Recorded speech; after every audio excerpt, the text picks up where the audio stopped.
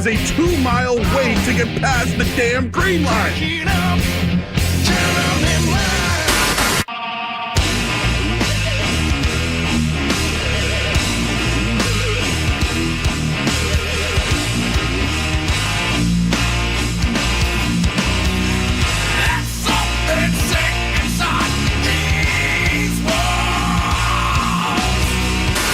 Anyone who gets hit by a bear in the neighborhood, call Joe Murray. I happen to trust Joe Murray. First time I ever met Joe Murray was at a...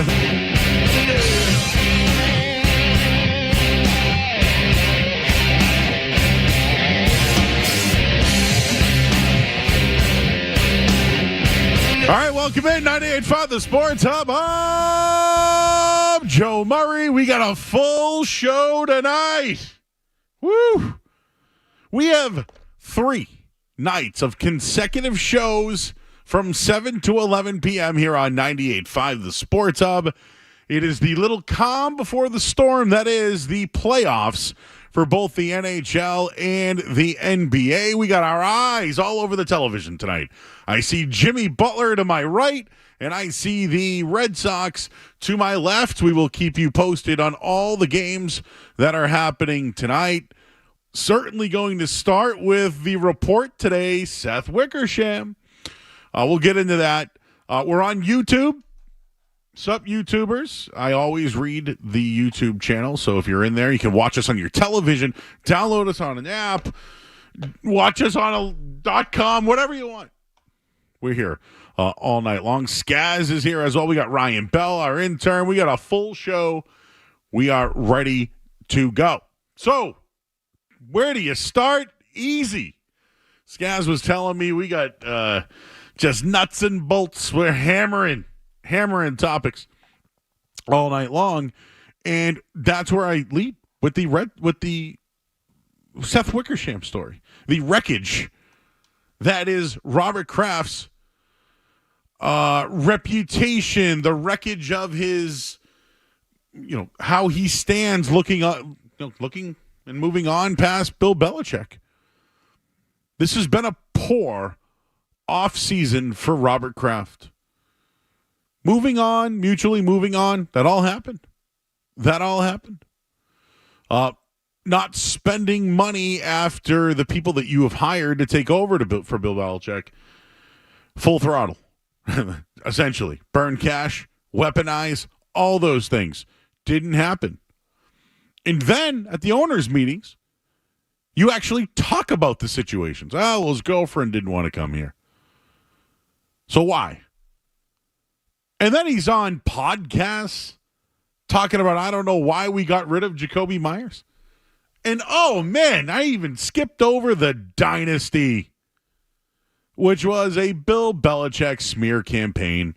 And that's exactly what happened in the article today from Seth Wickersham. Another smear campaign, at least reportedly. But are people surprised by this? And I want to lead it off there at 617-779-0985. Are people surprised that Robert Kraft had enough of Bill Belichick? Because for years I took calls here, when's Kraft going to take care of Bill? Well, reportedly, he wanted to in 2022. But Jonathan talked him out of it. Now, that's interesting to me. Because we think, at least I think Jonathan Kraft's involved. That's what I think. It's been asked. They've even said he's not involved, which makes me think he's there. So that stood out to me in the article. Number one, that stood out to me. And it's just a little unbelievable that Robert Kraft gave a bad recommendation, a bad reference to a guy who brought him how many Super Bowls and how many years of success and new stadiums and a lot of money. We've all been through job interviews, right? You've had that job where you go through 2 or 3 rounds and then they say, all right, give me some references. You go out, you call your references, you ask them, hey, I want to use you. I'm going to put you down as a reference. All right, great. You went through. You vetted those references. Come to find out, they call a couple of people. Bing, bang, boom. Qualified. You get the job. But there are some other jobs. It's happened to me before. You give your references. They give you glowing reviews. And they just happen to call someone else who may know you. And things don't work out that way. And that's the exact situation that happened here between Robert Kraft, the Atlanta Falcons, and Bill Belichick. Reportedly, Bill Belichick's failed offseason job hunt was because of a bad reference by Robert Kraft. So, Atlanta wanted him. There was a yacht cruise that Bill Belichick must have felt real good about with Arthur Blank.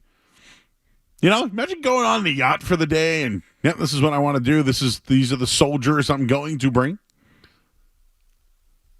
And then you had your staff name the best three guys.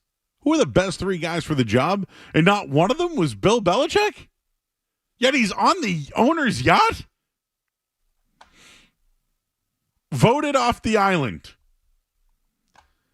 On January 25th, a few hours before the Atlanta Falcons named Raheem Morris to be their next head coach, Bill Belichick believed the job was his. From Belichick's perspective, according to a source close to him, he had done everything right. He assured Blank that he wasn't seeking the total control that he had for most of his 24 seasons in New England. He pledged to work with the team's existing group of decision makers, including the general managers. And what happened was Blank had checked his references with a group that included Patriots owner Robert Kraft and his son, Jonathan. Belichick was in a strange place. Unemployed for the first time since 1996. He was only out of the job for a few days then. But the relationship with the Krafts, etc., Belichick was confident that he would be hired in Atlanta. Belichick was blinded by the news Atlanta had hired Raheem Morris, who was the Rams defensive coordinator, who was a former assistant and worked as an assistant in Atlanta before that. He was floored. Blank later told reporters that Morris was the right fit for us going forward and made the most sense. Whenever he asked about Belichick's failed candidacy prior to the Super Bowl in Las Vegas, Blank always spoke respectfully, a living legend. What Blank didn't say, though, was he and his top lieutenants had voted on the team's next head coach, ranking each candidate. And to believe that Bill Belichick didn't finish in anyone's top three. I'll say this before we go to break. Do I think Atlanta chose the better option, Raheem Morris and Zach Robinson? I do. I believe that's a better pairing in this NFL than Bill Belichick and Josh McDaniels or Joe Judge. To me, I respect Atlanta for doing that. I do. And we'll find out. We'll find out how good their lieutenants are, and we'll see if Bill should have been left off that list. But I do stand by having Zach Robinson and Raheem Morris over Bill Belichick and Josh McDaniels. I stand by that. I also do believe that Robert Kraft gave his honest opinion about Bill Belichick and how it's been working for him. I do think Arthur Blank might have gotten cold feet and Bill Belichick didn't get the job. Both things can be true. Your thoughts on this at 617-779-0985. We'll get Skaz's reaction as well. We're here until 11 o'clock tonight. We're also on YouTube. Full show, in or out, musings, all the fun. And we got our eyes on the games happening right now at the moment. I'm Joe Murray. You're listening to 98.5 The Sports Hub.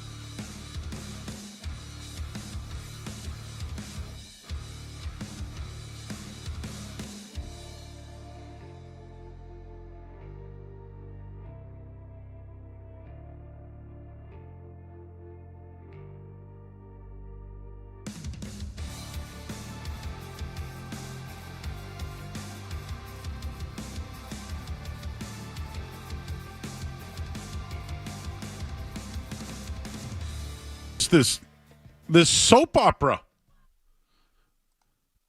Just this arm. And so 98, we'll do that later in the show.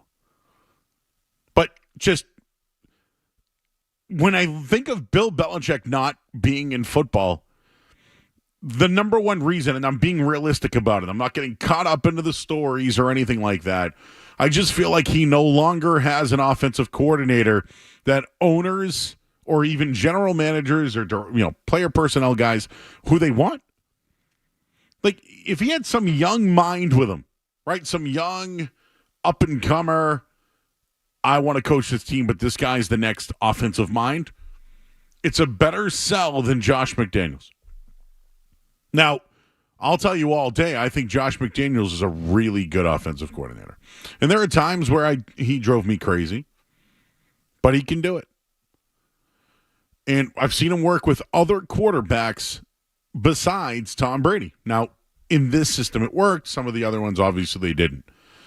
But I'm convinced Bill Belichick's not working because he doesn't have an offensive coordinator that can compete in this league at this time. Is he still a good coach? Probably. Is his defensive mindset still there? Yes. So that's why I think he's out of the league. Do I think there's 32 coaches better than him? Absolutely not. But also, Robert Kraft should always be thanking Bill Belichick. Always. The Dynasty documentary was just bad on his part. I've talked about the Patriots offseason. Between Kraft and Mayo, it's been worse now for Kraft. I mean, he looks like he's the guy taking credit for all the success. Like he hired Gerard Mayo with a $10 million buyout, reportedly. That if he didn't hire him, what kind of business practice is that?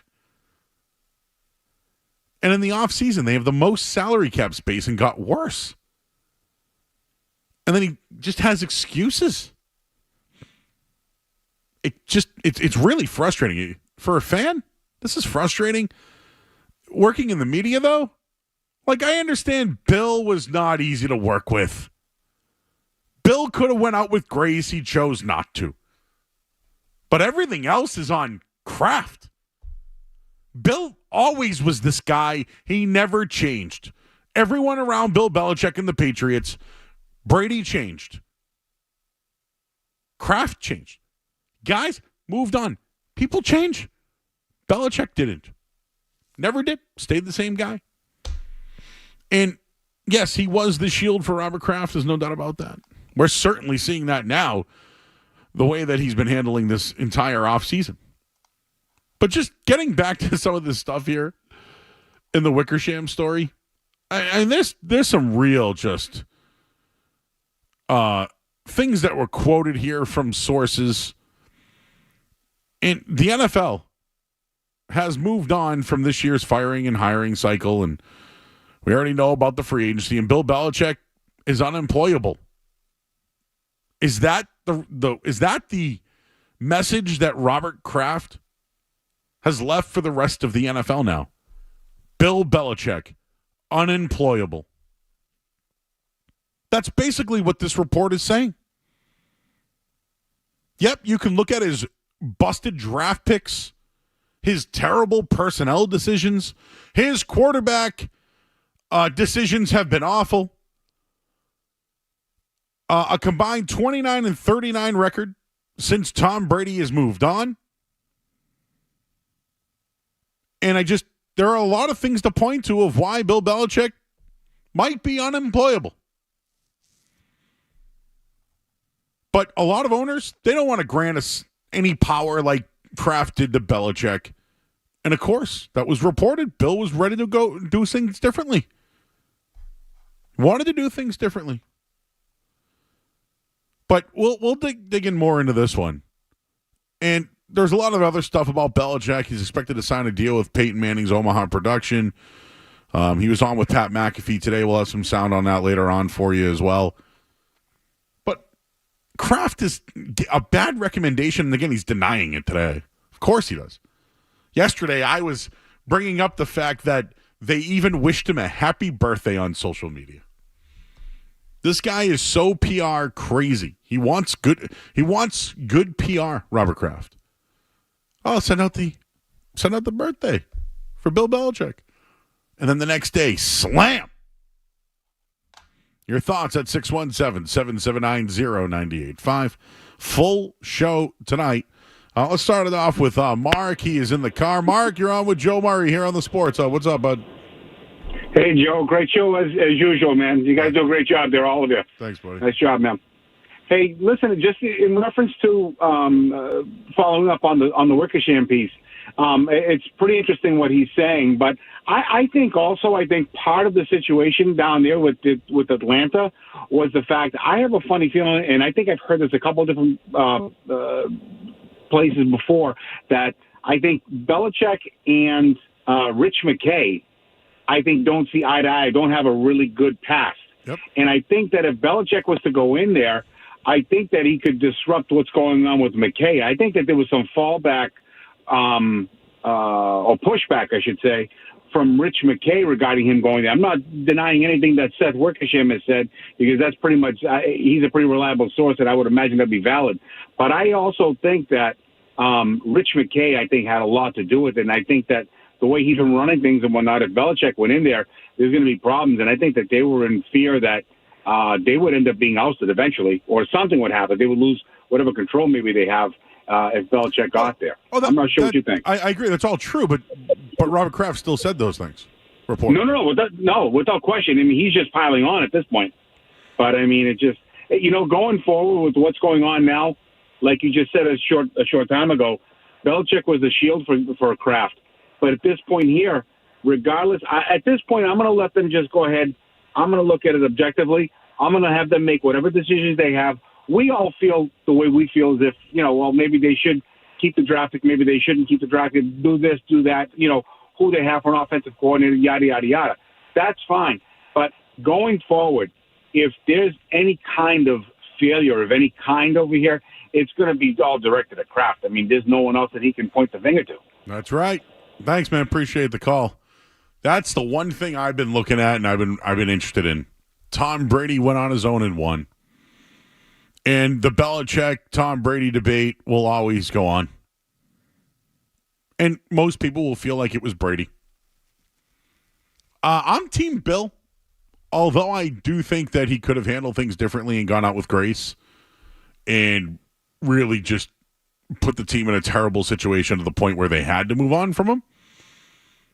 I still think the guy can coach. And, in this Seth Wickersham article, he mentioned that the way he was doing things for 24 years, there has to be a better way. Mentioned that they over drinks. He met with another coach. And he even talked about how he would like to work with other people and take more off his plate. And I believe it. If Belichick wants to coach in this league, he has to do those things. And that's where I just wanted to bring back up and throw it out to everybody. And guys, I'll get your opinion on this. Is Bill Belichick unemployable? Like a bad reference when you go for a job interview, that's almost unemployable. And I just feel like a guy that probably owes everything to Robert Kraft. If reportedly this happened, I think it makes Bill Belichick unemployable. I think his resume outweighs, a bad reference, even if it is coming from, the owner of a team and the owner of another team would be hiring him. I just think he's still Bill Belichick. I mean, we saw him today with McAfee with, his trophy case behind him, showing all that off. So, I mean, I don't know. You're going to tell me Jerry Jones is going to, Robert Kraft's going to convince Jerry Jones not to hire Belichick? That was one of the reports today, was that the only coach that will hire him is Jerry Jones. Nope. Hey, that's all it takes is one. They're right about that. I agree with that one. What do you think about the fact that would you rather have Raheem Morris and Zach Robinson instead of Josh McDaniels and Bill Belichick? Maybe if you're the Falcons, because you're a younger team. I like Zach Robinson a lot. Obviously, Morris has been successful too. So, I mean, Robinson was a guy that I think a lot of Patriots fans thought might end up here. And if you're going with a defensive guy, I mean, how could you not want Belichick? So maybe they're just thinking long term. You know, if you hire Belichick, it's probably only for 2 to 3 years. And if you're the Falcons, what good does that really do you? You need to build a culture and a program for, 10 to 15 years. Culture. So maybe that's, not the right fit. But I still think, Belichick in a turnkey situation, whether it's, Dallas or Philadelphia or something like that, I'd still hire the guy. I mean, he can still coach. I just don't know if he can draft. You said everything but vibe. Oh, I again, my take is Bill Belichick has a lot of warts over the last couple of years. And basically almost every team looked away from him. But the bad recommendation, makes you unemployable. Let's talk to Billy in Bridgewater. Hey, Billy. Hey, Joe. I think the guy who got this, basically put you on the map, won 6 Super Bowls, even though I guess Tom Brady has as much or more to do with it. I think that's really bad. He would rather make himself look good in front of his billionaire friends and not risk Bill Belichick sending him over there and, him being all control freak and all that stuff. He'd rather look good in front of his friends than actually give the guy who helped us win 6 Super Bowls with Tom Brady, help him with, a job or something. I think that's totally distasteful and makes me look at Robert Kraft in a different light, and it's in a bad light. That's what I think. Thanks, Billy. That's how I feel today. I feel the same way, Billy. Now, there's 3 sides to every story. Again, the Patriots have denied any of this. Wickersham's been pretty good, right? He didn't have to write this story. He didn't have to do this. He just is reporting what happened. That's why I believe it. Joe's in the car. Hey, Joe. Hey, Joe, what's up, buddy? How you doing? I gotta say, I'm not a Belichick fan. I hated the guy. Not I hate the guy, but I wasn't a Belichick fan. But I'm gonna tell you something. Since this the Destiny or Dynasty, whatever, came out, and Bob Kraft, man, what this guy has done for your organization, this is no respect. It just blows my mind how Bob Kraft, he's trying to make himself look good, and every time he opens his mouth, he's looking bad. He's looking bad. I just can't believe. I mean, Belichick won 6 Super Bowls for you. You don't just go. I mean, I don't know. Kraft, I got to tell you, when they put the camera on him this year, when he's up there in the booth or whatever, in those suites, and the Patriots are down 44-0, and they got it on the big screen, the one that they spent $250 million on, they see his face there. I hope the fans boo his ass, because I'm telling you right now, this guy's got no respect. No respect for Belichick. I can't believe this guy, man. That's all I got. That guy sounded like the Iron Sheik. No respect, I tell ya. It's Bob Kraft. Wow. You know what, Skaz? I'd like to hear that one later on in the night. If we have any mistakes or anything that was good early on in the show, maybe we should replay it later on. We got a full show. Why not, right? Just put more extra work on your plate. Why not? No big deal. No big deal. Oh, we have headlines. Okay. Well, we'll do those coming up next. I'm Joe Murray here on 98.5 The Sports Hub. This guy's got no respect. No respect for Belichick. Sports Hub headlines. All right, the Philadelphia 76ers have a 13-8 lead over the Miami Heat. All eyes on that one, considering, Celtics still waiting to find out their opponent at the moment.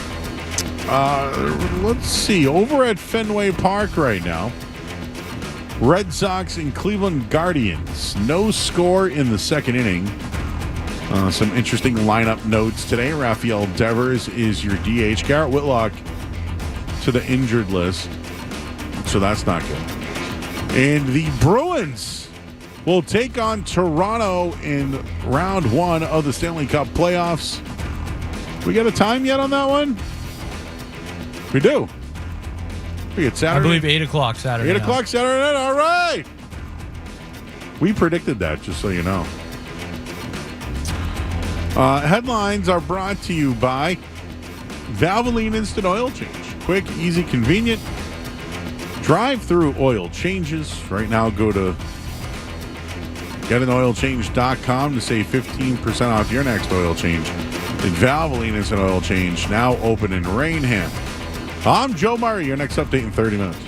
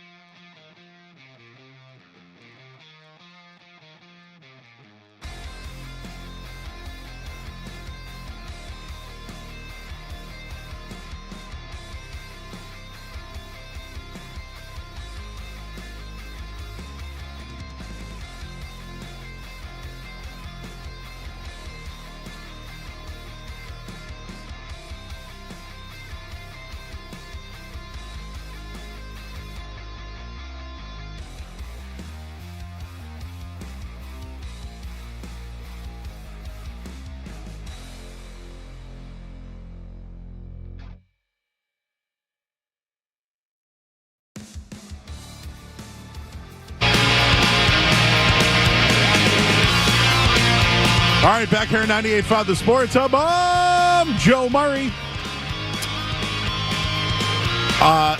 We're just catching you up on everything you may have missed today. Reading some of the comments in the YouTube. I don't understand this story. Why is this such a story? This is useless Patriots drama. See, I don't think so. Now, that could just be my opinion, but when the greatest coach of all time is unemployable, you want to know why. And it's reported that the guy who he helped win 6 championships for gave him a bad recommendation.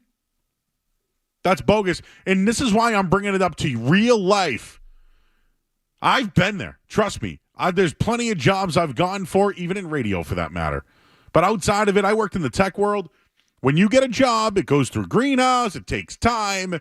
You need recommendations. You put them in there. You need to tell your references that they're going to call. And they'll have a checklist. They might reach out to an old coworker of yours that they found on LinkedIn. A bad reference makes you unemployable. That's the story. That's the story.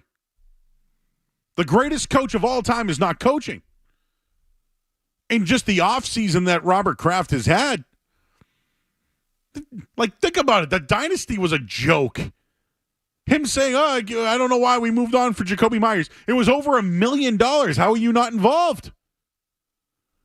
It's easy to say, Bill Belichick had control. I'm sure Robert Kraft could have made decisions. He could have got involved. It could have happened. I mean, he detailed that in the dynasty, didn't he? I can do this, but it's really not good for the team. It's just you say one thing, you do another, or you do another, and then you say another thing. There's no consistency anymore.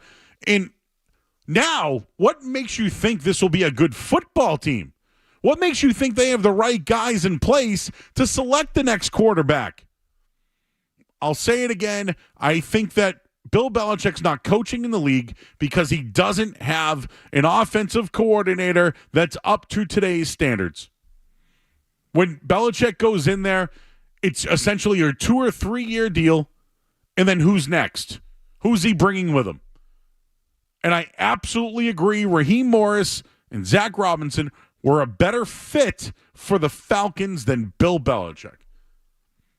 But to find out that it may have been caused by a bad recommendation from the owner, his former boss, that's when it becomes a story. Your thoughts at 617-779-0985. And the other thing is Bill Belichick told confidants that he'd be interested in coaching the following teams: the Cowboys, the Eagles, and the Giants. And I love that. He has he has 3 teams. The Cowboys would just be amazing. He'd be following the Tuna's footsteps. The Giants.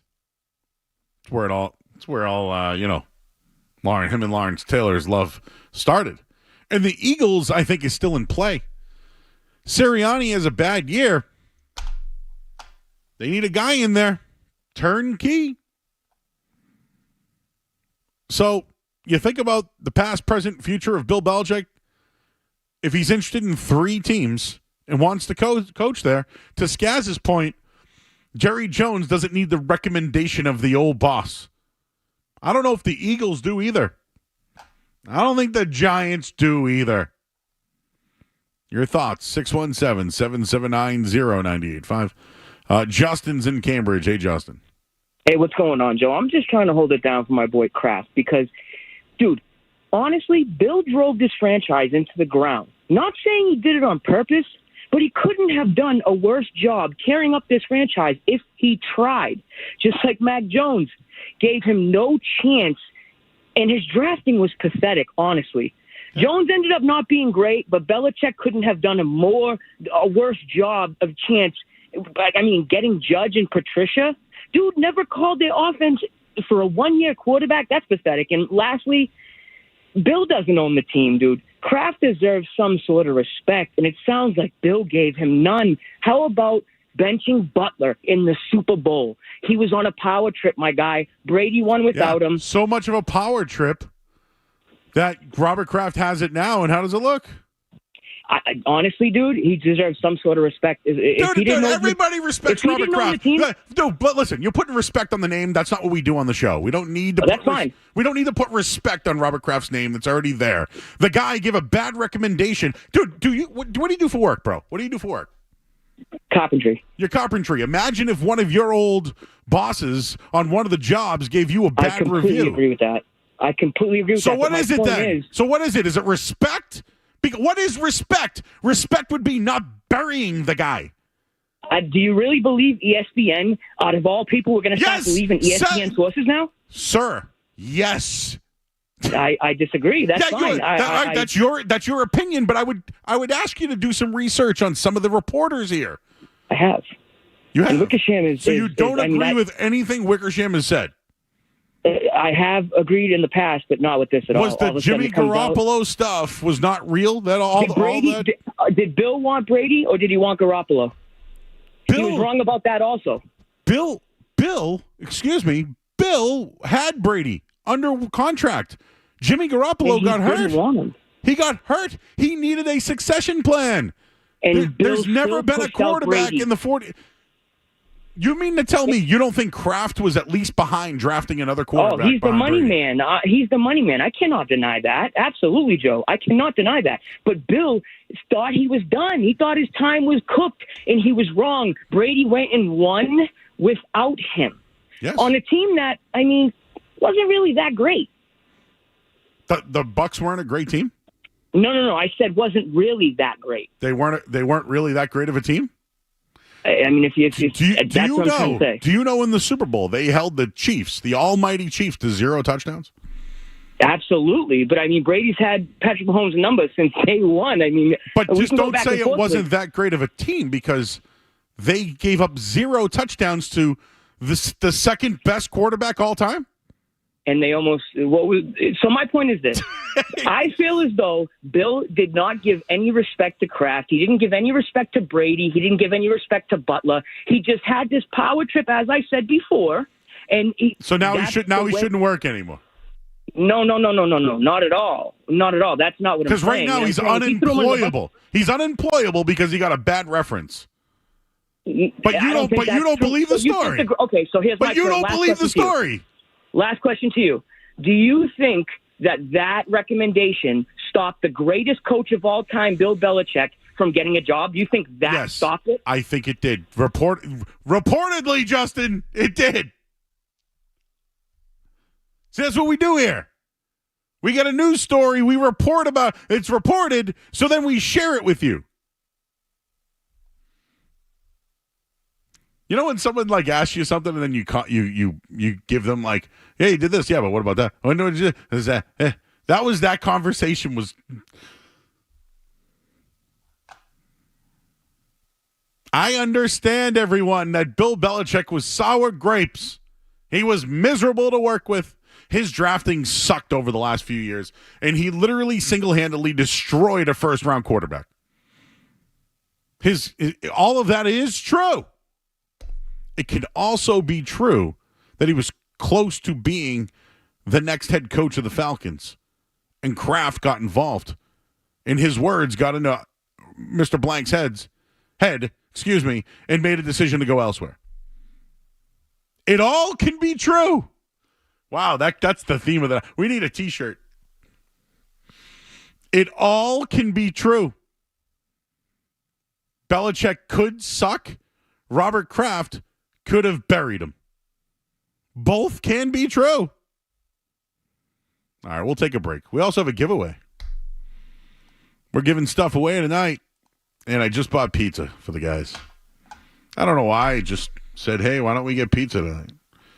And you guys are like, I could eat a pizza.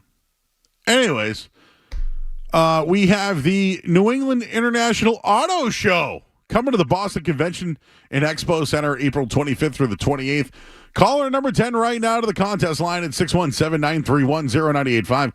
We'll score a pair of passes now, courtesy of Paragon Group. For more info and tickets, visit bostonautoshow.com. Be caller number 10 right now. We'll take a quick break. I see everyone on the phone lines. Let's just rat it out, baby. We're going to talk to Doug Kite also in the next hour on 98.5 The Sports Hub. You're listening to Joe Murray on 98.5. You're listening.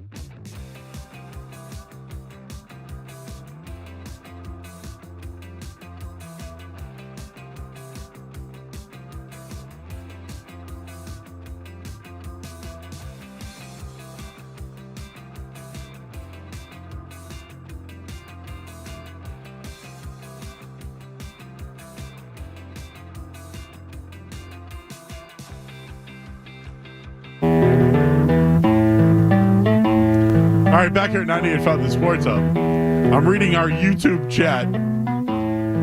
The empty chair camera is back, but it's because Justin called in. And he almost, if he said pal to me, I would have hung right up on him. But he didn't, so I respect Justin. He called me bro and dude. But once you call me pal, that's it. I'm out. Okay, pal. Remember that guy? Someone's asking about the Walla Cat. I don't know where that is anymore. Kraft looks awful. As Tom leads, succeeds, then Bill does the same. He blocked him. That's how I feel, too. Did Jimmy Butler get hurt? I've read a couple of plays. Yeah, he's back in the game. I just saw him back in there. Also, that Bucks team, I just would like to say that they were very good. The Tom Brady Bucks were very good. All time, I don't know, but when you look back at it, Mike Evans is all pro. Brady, you had Gronk, some pretty good linebackers. I mean, that was a good team. They were really good. I mean, who was better, the Rams or the Bucks? I'd probably say the Bucks. Fournette was really good that year too. And then I got this one from Barry and Newton. Bill made Bill unemployable. You reap what you sow, my friend. You act like a bleep, and then you get treated like one. Like you said, both can be true, but blame Kraft is really bull. Well, we could also blame Kraft, too. If he gave a bad recommendation, what is this business now? You're going to bring up all the great businesses and the people you've hired? Is that where Kraft's going to go with it? Yeah. There's clearly, if Robert Kraft wants to eliminate Bill Belichick, he can, and he may have already. Plenty of people want to get in on this one. Chris in Milford. Hi, Chris. Hey, Joe. First time, long time. Appreciate it, man. Thanks, bro. So, my point on Belichick, as an operations manager who has been overseeing a team of 20-plus people for the last several years, I mean, if I had anybody close to Bill Belichick that provided me the type of success on my team that Belichick did to Kraft, then to give him anything less than the highest recommendation possible is completely insane. I mean, come on, man. Have some class. And then just something I've needed to ask you on a personal level for a long time. I grew up in Stoughton. Town Spa is my favorite pizza in the world. Oh, I love Town Spa. And now I live out here in Hopedale, not really Milford, but most people don't hear about Hopedale. Yep. I need something close to that I can get out here. If you have any recommendations, I appreciate it. So here's the deal, real quick. The Roni Rumble is this weekend. I'm a part of it. I will be at one of the places this week, but they'll be going to Hopkinton, which isn't far from you, right? Yep, that's close. Blue Square Pizza. Blue Square Pizza? It's one of the final four of the Roni Rumble. Okay, so that's your bar pizza South Shore recommendation. Listen. Here's the deal. I don't know if it's bar. That's the thing. All I know is they're a Final Four contestant of pizza. All right. So Blue Square, I got to try them, but it might not be. Might not be. Yeah. And I'm a big Detroit style guy these days. Gotcha. But bar style, there's really only a couple, man. There's Linwood, and there's Town Spa and Cape Cod Cafe and Poopsies. It's all South Shore, man. I'm so far from the South Shore now, 40 minutes. I used to, and believe me, I still do sometimes drive the 45 minutes to get Town Spa Pizza, Chris, just for the pizza. If you're in Milford, go to Rail Trail. It's amazing. It's not the same. I've been to Rail Trail. All right, kid, no shit, no slander. Skaz has had Rail Trail. They're also in the Final Four this week. Dean is in the car. Hey, Dean.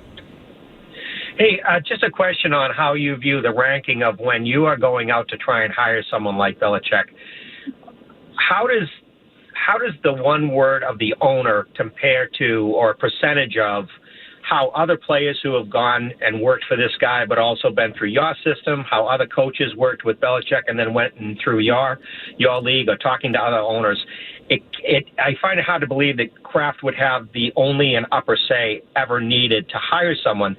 But where does it rank compared to someone going out and trying to hire someone like him, talking to these other groups? Well, how does that kind of rank out? I'll say this, Dean, right? Of the three teams that Belichick had interest in, right, the Eagles, Cowboys, and Giants, do they need to talk to somebody else about Bill Belichick? Probably not, right? Probably not. No, I'm guessing the dynamics between the owner and the coach is different from the coach and everybody else. So as someone who wants to hire that coach, you only talk to the owner, or do you get a percentage of your decision making from these other groups to say, okay, across the board it's bad news, or we're getting good feed from the others, and obviously he has a record to go by. But listen, when it comes down to it, he works for the owner, and the owner goes, and that's it. Yeah, like you're trying to say that Kraft swung his weight, and Blank maybe depended on that more than some of the other players or coaches. Yeah, like how do you view that as if you were hiring someone? Does the owner kind of have really all you ever need to know, or do you still say, okay, I'll take the dynamics of those two guys? I think that's the biggest problem with the Patriots over the last few years is they literally had no clue what was going on and had no control. That's why.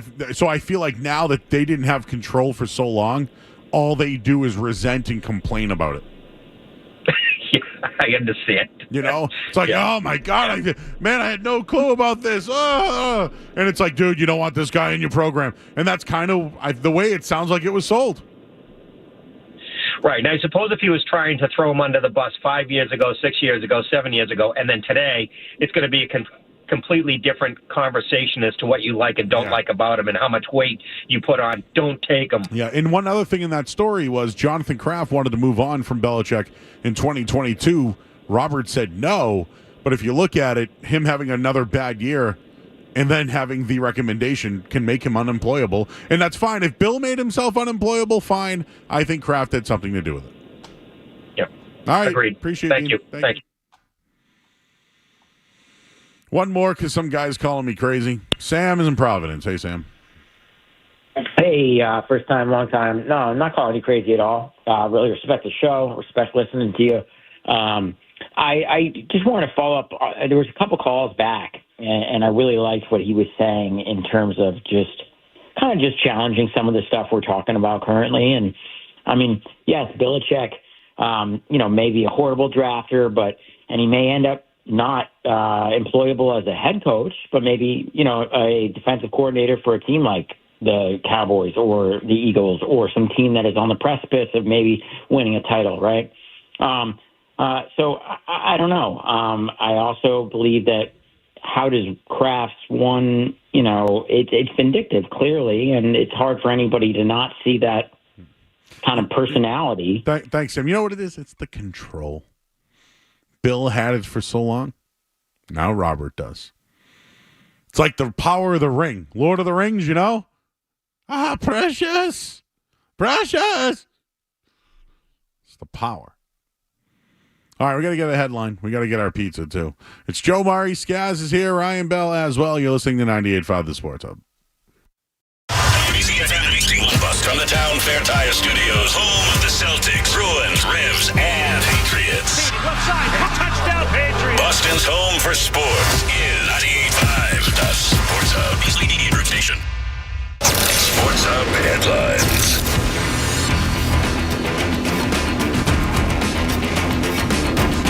All right, we got games going on. Miami right now, 35-26 over Philly.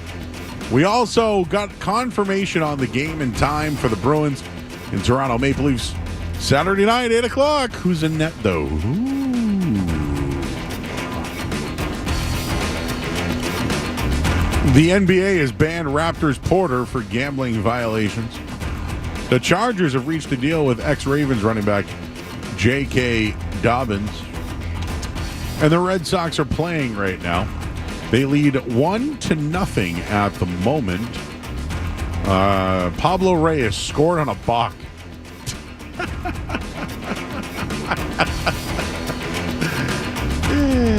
The headlines, they are brought to you by Eastern Massachusetts leader in drain cleaning. Drain cleaning. Let's try that again. Headlines, they are brought to you by Eastern Mass leader in drain cleaning and pipelining. Drains by James, slow drain, clog drain. You need to contact Drains by James today at drainsbyjames.com. I'm Joe Murray. Your next update in 30 minutes. Hold everything 98.5 the Sports Hub has to offer in the palm of your hand. Palm of your hand. I need that. Listen live. Get breaking news. I need it. Download the Sports Hub app.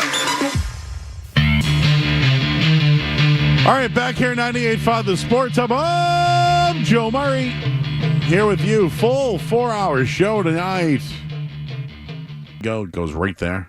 And you can also click on air Joe Murray, and then you can see all our content and listen to all of our past shows. You can do that on the app, too. But the debate still lives on. Was the reason for the Patriots' success Tom Brady or Bill Belichick? Despite what the Dynasty documentary may have insinuated, the truth is the NFL is currently without either of them. Two of the league's biggest stars over the last 25 years have been in the news of late. Tom Brady, in a recent interview, keeping the door open of a potential comeback. Many sports books even created odds if Brady would unretire and even have odds on what team he could play for. I mentioned all this in another story at 95thesportshub.com, but it's draft. It's basically draft week. We're a week away from the draft, and we're still talking about Tom Brady coming back to the NFL. Belichick's name came up in a recent article today by Seth Wickersham, indicating the Patriots owner Robert Kraft was a big reason why Atlanta passed on the now 73-year-old coach. According to a source who spoke to someone close to Belichick and Kraft, he called Falcons owner Arthur Blank during their coaching search to warn him not to trust Belichick. Kraft found Bill to be extremely difficult and kind of stubborn, and in the end, not worthy of his trust. And also very, very, very arrogant. Very, very, very arrogant. Very, very, very, very, very arrogant. Belichick was blindsided by Atlanta when they hired Raheem Morris. It was also mentioned that the future Hall of Fame coach was not among the top 3 choices for any of the Falcons' top decision makers. So here we are, a week before the NFL draft, and we're still talking about Brady and Belichick. Which brings up the question, who are we more likely to see in 2024? Skaz, you posed this answer last night at 11:45 p.m. It's 8:09. We got about 5 minutes. Who are we more likely to see in the NFL in 2024? For the 2024 season, I think it's more likely a player would enter than a coach halfway through. So I'd have to lean Brady, but just return to the NFL in general, I would lean Belichick. So, maybe Bill's not back next season, but I think there's a greater chance of Bill coming back overall than Brady. In 25. Yeah. I think the answer is Brady. But what if a team does move on from their coach? Right? Like, we want more Belichick and Brady, right? Don't we want one of them still going? Like they're superstars. Like, don't you think Belichick's best shot is if, like, the Cowboys or the Eagles start 1-4 or something? The Giants. Yep, Eagles and Cowboys I'm looking at. I think he wants Daniel Jones, though. They'd have to draft somebody, I think, that he liked. He probably would go with Tommy DeVito for all we know. Right? Kid works hard. Is he even still there? Is he? I don't know. Felt like that kind of died out quickly. Oh, I remember the old agent there, who a lot of my friends know, Sean Stiletto. Local guy. Quarterback room, Daniel Jones, Drew Lock, and Tommy DeVito. Yeah. Hanging on. Ryan Bell's got the pizza. He, gave me the old chef, toss in the air, too, with it. Curious how that smells. Give it. I'm in a different room than them. Can you smell it, Skaz? It smells pretty good.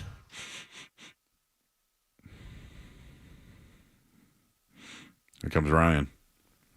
Is he bringing it to me now? Wow, he is. All right, Ryan, just give me a look. Let me go. Come behind me so people can see on the camera. So, and I'll. Okay, ready? Here we go. Can we do a reveal of the pizza? You got to show everybody in the camera first. This is great for radio, everybody. Ooh, it does smell good. Oh. That's a small, huh? That's a big small. I like the Roni cups on there as well. Nice little, ooh. This is how you judge a pizza. You got to look at the undercarriage. Oh, that's a good undercarriage. All right, well, you can just leave that there. You can bring that one in the other room with you if you want. I'll just watch that one right there. Everybody get that one? You ask and you shall receive, everybody. Just like that. 8:12 going into break. And we get ourselves a nice little pie with Roni cups. Nice undercarriage and everything. This is really good. Oh, let's talk to Tim in Nashua. Sorry, buddy. Hey, Tim, how you doing? Joey, each one, Robert Kraft, Bill Belichick, and Tom Brady played their part, and that was the dynasty. Brady's father was so right that it wouldn't end, good. But when you separate the three of them, it just became ordinary. You saw what Belichick was without him, and that's my only explanation for the whole thing. And they'll never have a good relationship because, when you separate such a success and then not have success, it'll never be good, Joe. Yeah. What else is going on tonight, man? Not much. You're making me hungry with all this pizza talk. Where'd you guys get the pie? Right across the street from our radio station in Waltham, Massachusetts. Oh, you can't mention it because it's not a sponsor? Oh, no, they are. In Xena. Great place. Sweet. Advertise. Well, enjoy, Joey. Have a good night. All right, buddy. Thank you. I don't even know what Tim has said. I really apologize. I didn't want to tell him that on the air, though.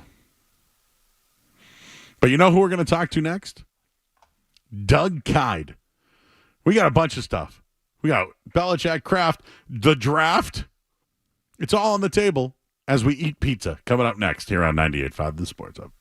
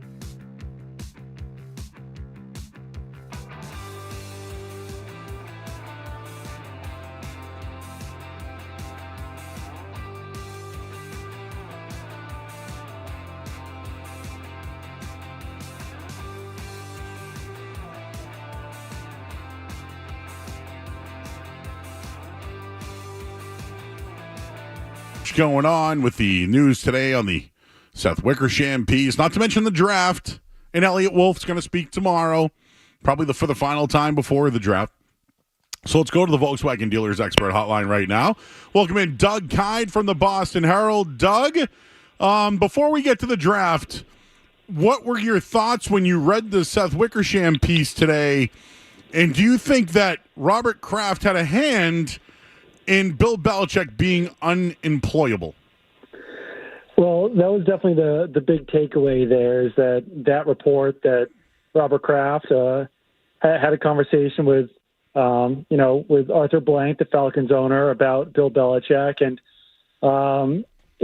I thought the sourcing on that was a little bit interesting, that it was a source who told two people, who then told ESPN, and the Patriots obviously denied that report. It is odd that, obviously, in the article it mentioned that Arthur Blank thought very highly of Bill Belichick in that first meeting, and then when it came down to it, he reportedly wasn't one of the top three candidates. So something must have happened between that first meeting and when they were actually making the hiring. When it comes to the Falcons, and I guess if you were, let's just say you were running the Falcons, would you rather have Raheem Morris, who you know, and a young offensive coordinator in Zach Robinson, or Bill Belichick and Josh McDaniels? I guess if you're the Falcons, you probably aren't going to be competing. You're probably not going to be overly competitive this season. So then you have to wonder if, Bill Belichick can build the team out for 2025. Then you can be competitive. At least you know exactly what you're getting into with Bill Belichick, since he'd be bringing on a staff. He had a lot of success with that staff in the past. I probably still would have hired Bill Belichick, but there is, some logic, I guess, or there's some reasoning to hiring a younger head coach with a younger offensive coordinator. With Zach Robinson, if Falcons have any success over the next few years, he'll be hired away as a head coach. So I think that almost has to be, part of the consideration as well. But yeah, if I was a team out there, I would have hired Bill Belichick this offseason. Oh, wow. I still think that he has, he's the greatest head coach in NFL history, in my opinion. I think that it would be best if it was a situation like he was talking to the Falcons about, where he would not have had personnel control. I think that's tricky with him, since he's had so much of that in the past. But I don't know. Everyone that I talked to around the team, around the Patriots, still thought that he had his fastball last year as far as, game planning and scheming and pure coaching. All right, he's Doug Kide of the Boston Herald. He gave you his opinion. I actually was on the other side of it. I do, and it's fine. We can all have different opinions. I just feel like the way the league is going, take Belichick out of it. If you're a great coach, look how many coaches aren't in the NFL right now who've won Super Bowls. But if they don't have that offensive mind with them, it's almost like they're not even considered, or they're considered for the job, but they're not one of the finalists, And there's only a few teams in the league that have that true defensive mind. Look at Washington right now, right? Quinn comes in, but they have that offensive coordinator. I just feel like if you have a good couple of years, Doug, as an offensive coordinator, you become a coach, and then you're out in 2 years. It's a cycle, yet Bill Belichick, maybe his cycle is over, but do you think it's over? Do you think he could potentially join a team mid-season or eventually next year? It's going to be tough after a year away, but I still think it could happen. What were the teams that were mentioned? The Giants, the Cowboys, and the Eagles. Yep. Cowboys probably the most likely, because there's just always such high expectations there, and if they basically don't win a Super Bowl, then people are going to be talking about Mike McCarthy being on the chopping block again. Giants, if they have another losing season, I could see Daboll being out. He could potentially go there. I don't know. It would have to be a team that you would have to be like, you have to be pretty certain that you would be competitive in the next year or two. Because a lot of things that were mentioned in the article about how people think that he only wants the wins record, then he's going to retire. So it's basically going to be potentially a Super Bowl and out, which it seems like that's possible for Dallas in 2025. I'm not sure if the Giants can get there by that point, but the Eagles certainly could be that competitive as well. I do think it would be tough for players to go from Nick Sirianni to Bill Belichick, where it would be a little bit easier at least, for the Giants going for Brian Daboll. Cowboys, I don't know if it matters. Like, if Jerry Jones wants Bill Belichick, he's just going to hire him. But I kind of like that fit. But it is another year down the road. But I think that Belichick's probably going to help himself at least a little bit doing media this year. All right, Doug Kai joining us here on 98.5 The Sports Hub on the Volkswagen Dealers Expert Hotline. He works over to the Herald. I'm a subscriber, Doug. I subscribe. I've been watching your mock draft, which I want to get to in a minute here. But I wanted to ask you, what have you thought of the offseason, like as far as public relate, PR, between Kraft and Gerard Mayo? I go back to that orange juice glass, that Bill used to always reference, and then Gerard Mayo referenced it and then spilled it all over himself. I feel like that's a really good way to sum up the offseason. Yeah, I think that they're learning on the fly. Gerard Mayo is certainly learning on the fly as a first-time head coach, learning some things that he should be saying, that he shouldn't be saying. And, yeah, that's probably a good example of it. And I think that ultimately, when it comes down to it, the team should not have been making as many, I don't know, like promises might be too strong of a word, but I think that they were setting expectations too high for the fan base coming into this offseason, where obviously Gerard Mayo said that they had cash to burn a few times now between Mayo, Kraft, and I think Elliott Wolf too have, mentioned the playoffs. I don't think you want to tell the fan base like, oh, we're going to lose this season. But I think that you can temper expectations a little bit better than they have so far. Because personally, who knows? Maybe a rookie quarterback comes in here, plays gangbusters, and they make the playoffs in year one. But that seems like a very unlikely situation to me, especially given the way that they spent in free agency. And if they thought that it was even possible that they were not going to be adding high-impact players in free agency, I just think it would have been best to set expectations a little bit lower. I don't know exactly how you message that. I'm not Stacey James. I'm not in PR, so I don't know exactly how to do that. But I think that it could have been handled a little bit differently. All right, so you're around the team a lot. You hear things right now. As radio hosts, we're just making it up as we go, right? Michael Penix is in town, and it's whatever we can get our hands on. But you've been around people, you talk to people. What do you think they have in mind? Not so much at number 3, but we'll get to your mock draft. But where do you think they're looking? And is it mostly offensive this year in the draft?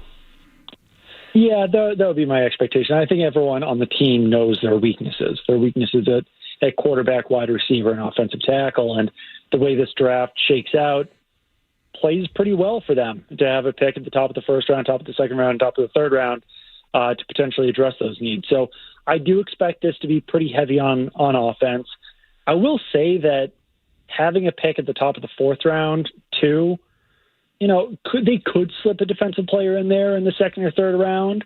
I probably wouldn't do it as early as that 34th overall pick, but if they don't love the options at wide receiver or offensive tackle in the third round, maybe they go defense and pivot back to offense in the fourth round. Maybe they move around a little bit, try to get an extra day 2 pick in there. But, there's certainly some needs on defense. They could use another taller cornerback. They could use a safety, especially with Jabril Peppers playing on a contract year. They could use another edge defender, but those needs kind of pale in comparison to what they have at wide receiver, offensive tackle, and quarterback right now. So some of the names that you had in your mock draft, obviously you have them selecting Drake May. Nothing changes on that one, right? No, not to me. He's my second favorite quarterback prospect in this draft. I could certainly see them going Jaden Daniels. I'd be a little bit more surprised with J.J. McCarthy. But, I know that they've liked what they've seen out of Drake May dating back to the Combine.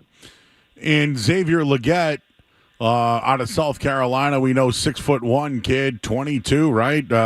Played with Spencer Rattler. He's worked out for the Patriots. You have the Patriots selecting them in the second round. Yeah, I had them trading back a little bit in the second round, picking him an extra third-round pick that way.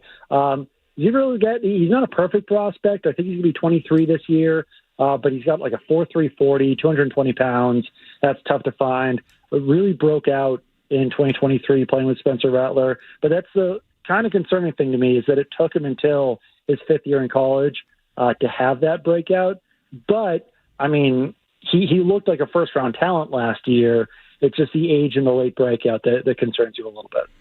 And then the tackle that you've had them featured is in the third round, 6'8", 330-pounder Patrick Paul, really good at Houston, allowed just one sack last year. But what technique concerns are there? Yeah, I think that there's some kind of footwork and hand placement issues that you would hope to work out at the NFL level. But he's a guy with a lot of starting experience in college.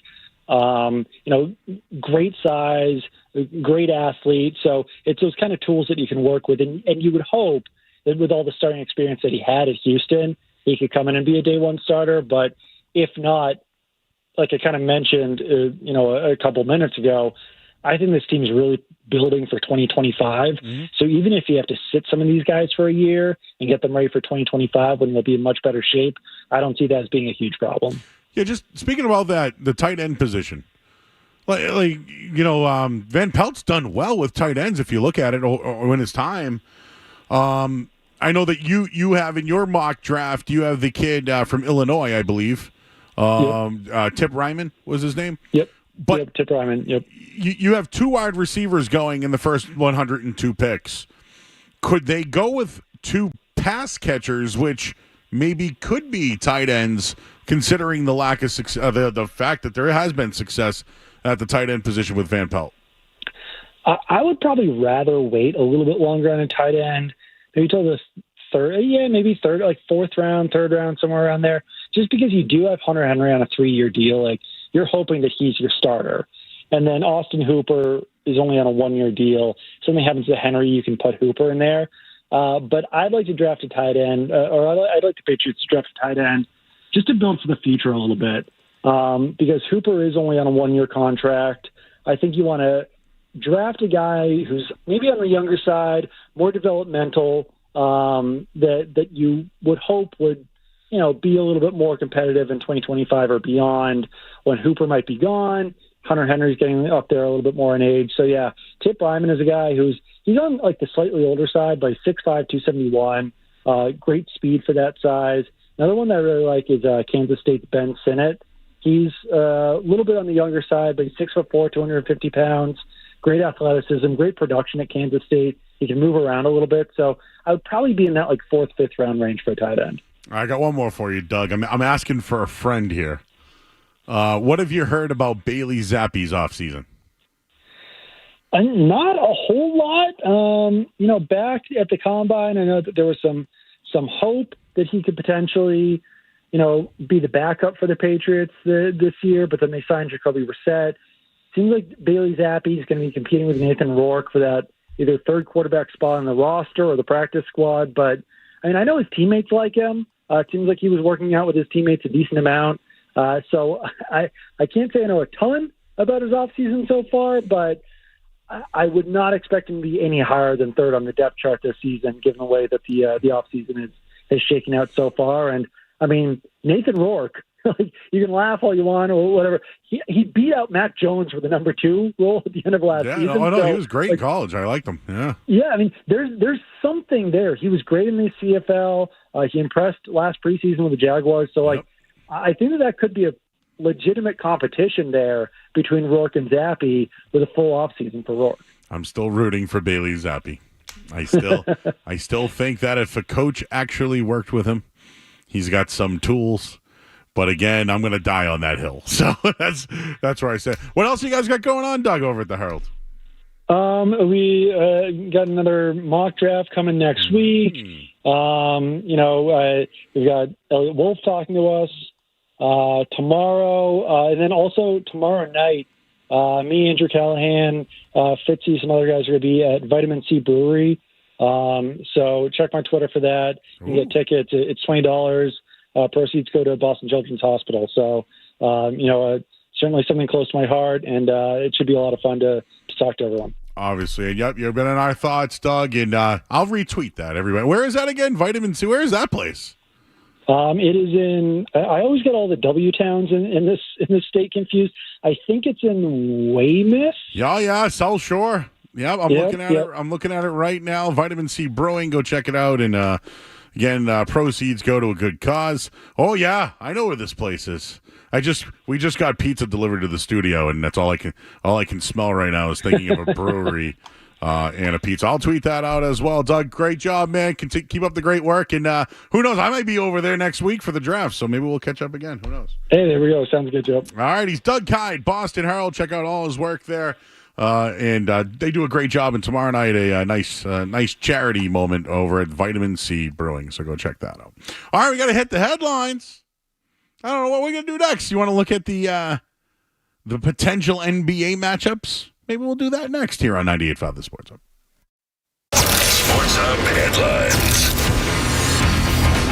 All right, it's official. Bruins and Toronto Maple Leafs will meet on Saturday night, 8 o'clock. All the coverage here on the Sports Hub. No word yet on who the goaltender will be. We'll get into that coming up in just a little bit. We're going to talk to Connor Ryan later as well. Red Sox lead 2-0 at the moment, top of the 7th inning. They first scored on a balk, so that's cool. The Miami Heat are up 51-39 over the 76ers. Third quarter.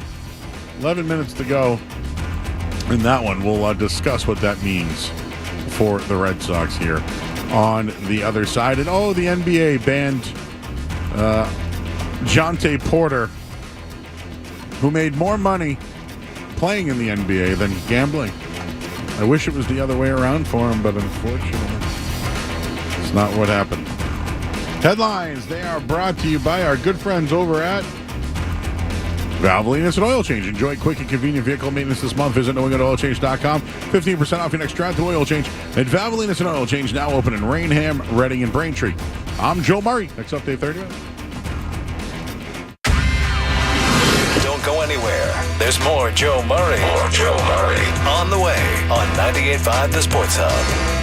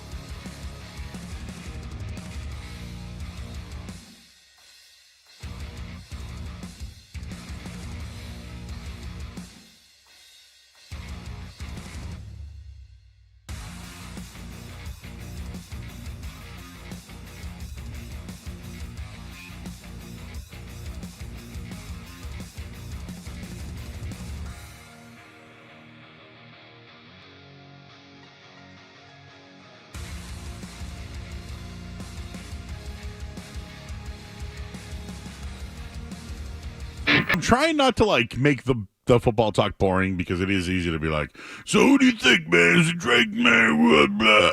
I'd rather, in a way, I kind of like how a beat writer will be like, yeah, Joe, I just think that this is what they're going to do based off what I know. Thanks, man. Thank you. I appreciate that.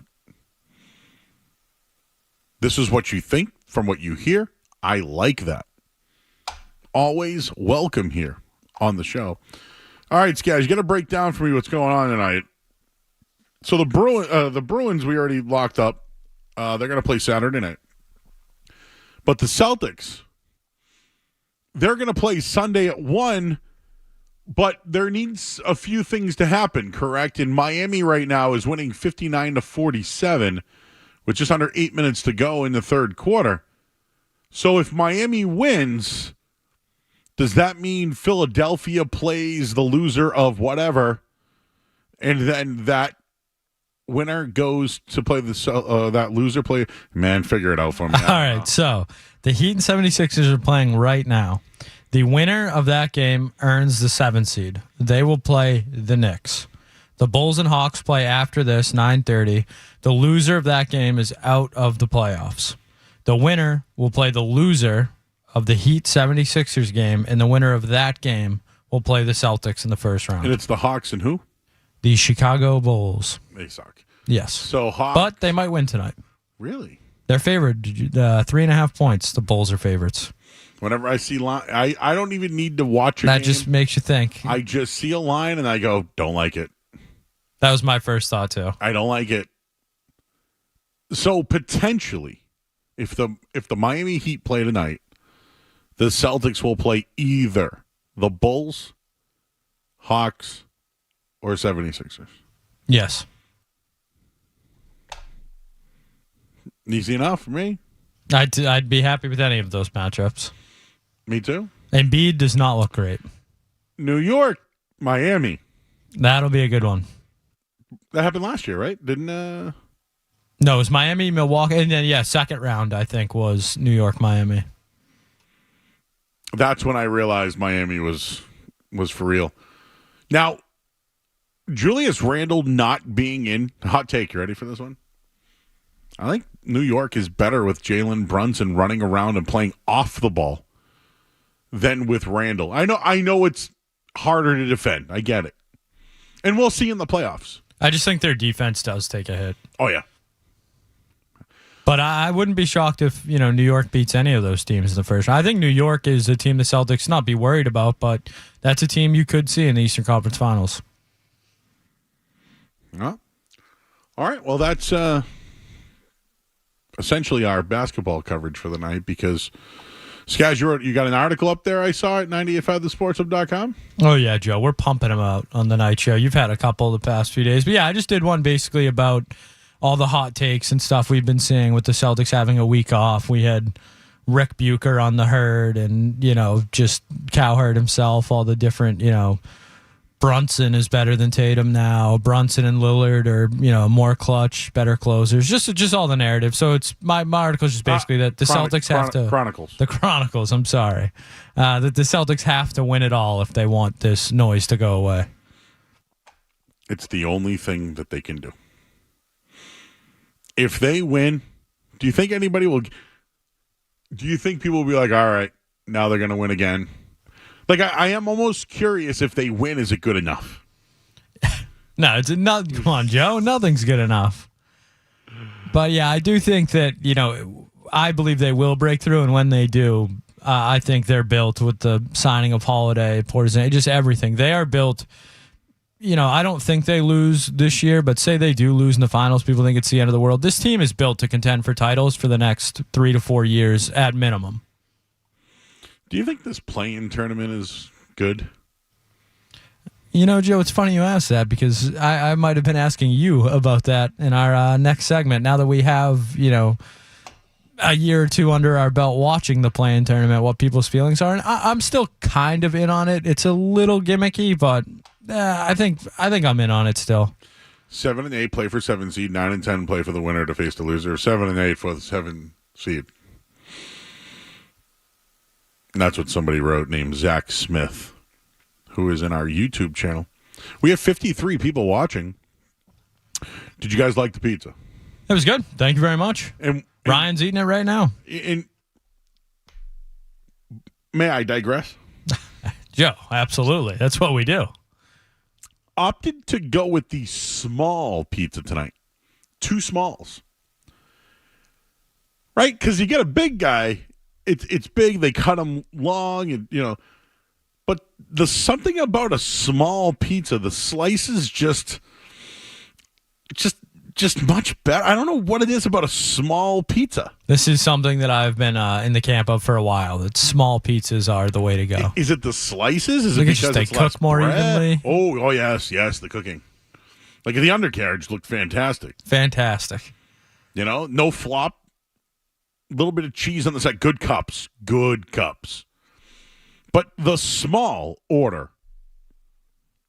it's better to get a small pizza than a large. Now, I understand you want to eat the large pizza. Get 2 smalls. Smaller slices, cooked better, more tasteful. And if you don't eat it all, you can eat the rest later. Gabe Davis is also saying it's the same with a small sub. Now, I don't know about that, but guys, I like to get 2 subs when I go out, 2 smalls. What do I want? Do I want meatball? Do I want chicken parm? So I get a meatball and a chicken parm, and then I switch them up, and then I wrap the other one and eat it later. It's a veteran move. Because I get food envy often. But the smalls are just something about them that's just a little bit better than a large pizza. So you don't have like FOMO with like fear of missing something. You have FOMO with food. You get food FOMO. Oh, I don't have FOMO at all in life.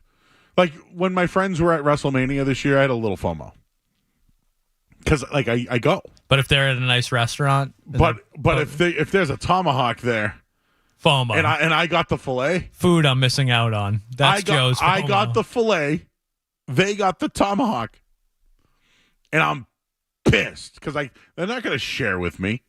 Oh, did I another rule. Maybe I've shared this before. Because 'tis the season of going out in large groups, right? Summertime, doing things. If you go out to dinner in a big group, let's call it 6 or more. When the menu comes over, don't even look at the price. Get the most expensive thing on the menu or what you want the most. Because here's the deal. When that bill comes, it's getting split 6 ways.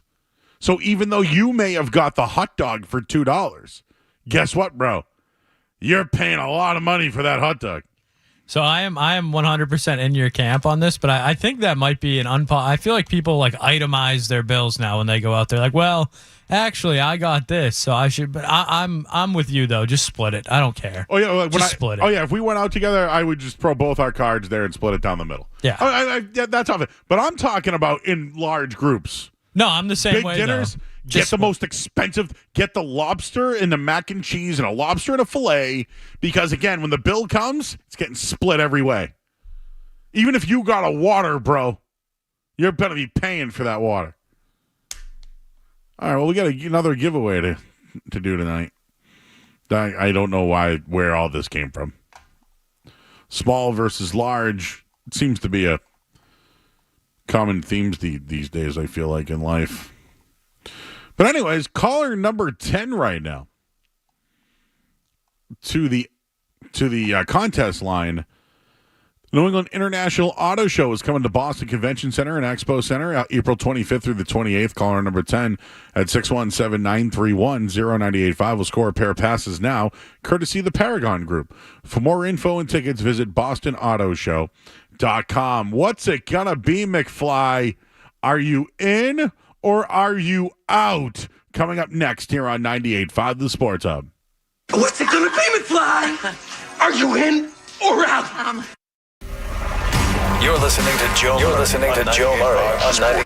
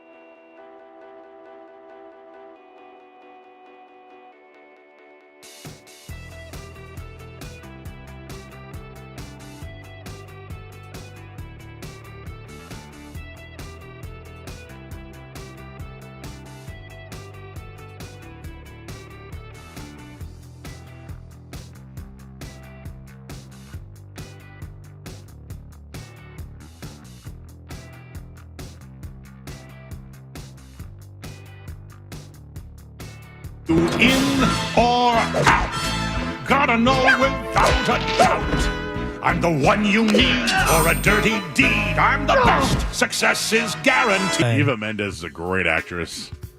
She and the other guys? Is that Eva Mendes? Don't even know. But in Hitch, I'll tell you right now, great role in that movie. She got to the bottom of things. Yeah, so she is Cuban. I just looked, so that was like what they. So that's funny. Got it. Okay, and I'm trying to find out what else. She was in the Fast Five. Yeah, the other guys. There you go. She played the doctor. But that Hitch performance, I'm telling you. Sarah Mayhaus, or whatever. And then he gave her the walkie-talkies. Ellis Island, yeah, that didn't go so great. That did not go well, Cleaver. But we did get one of the best dance moves ever from Kevin James.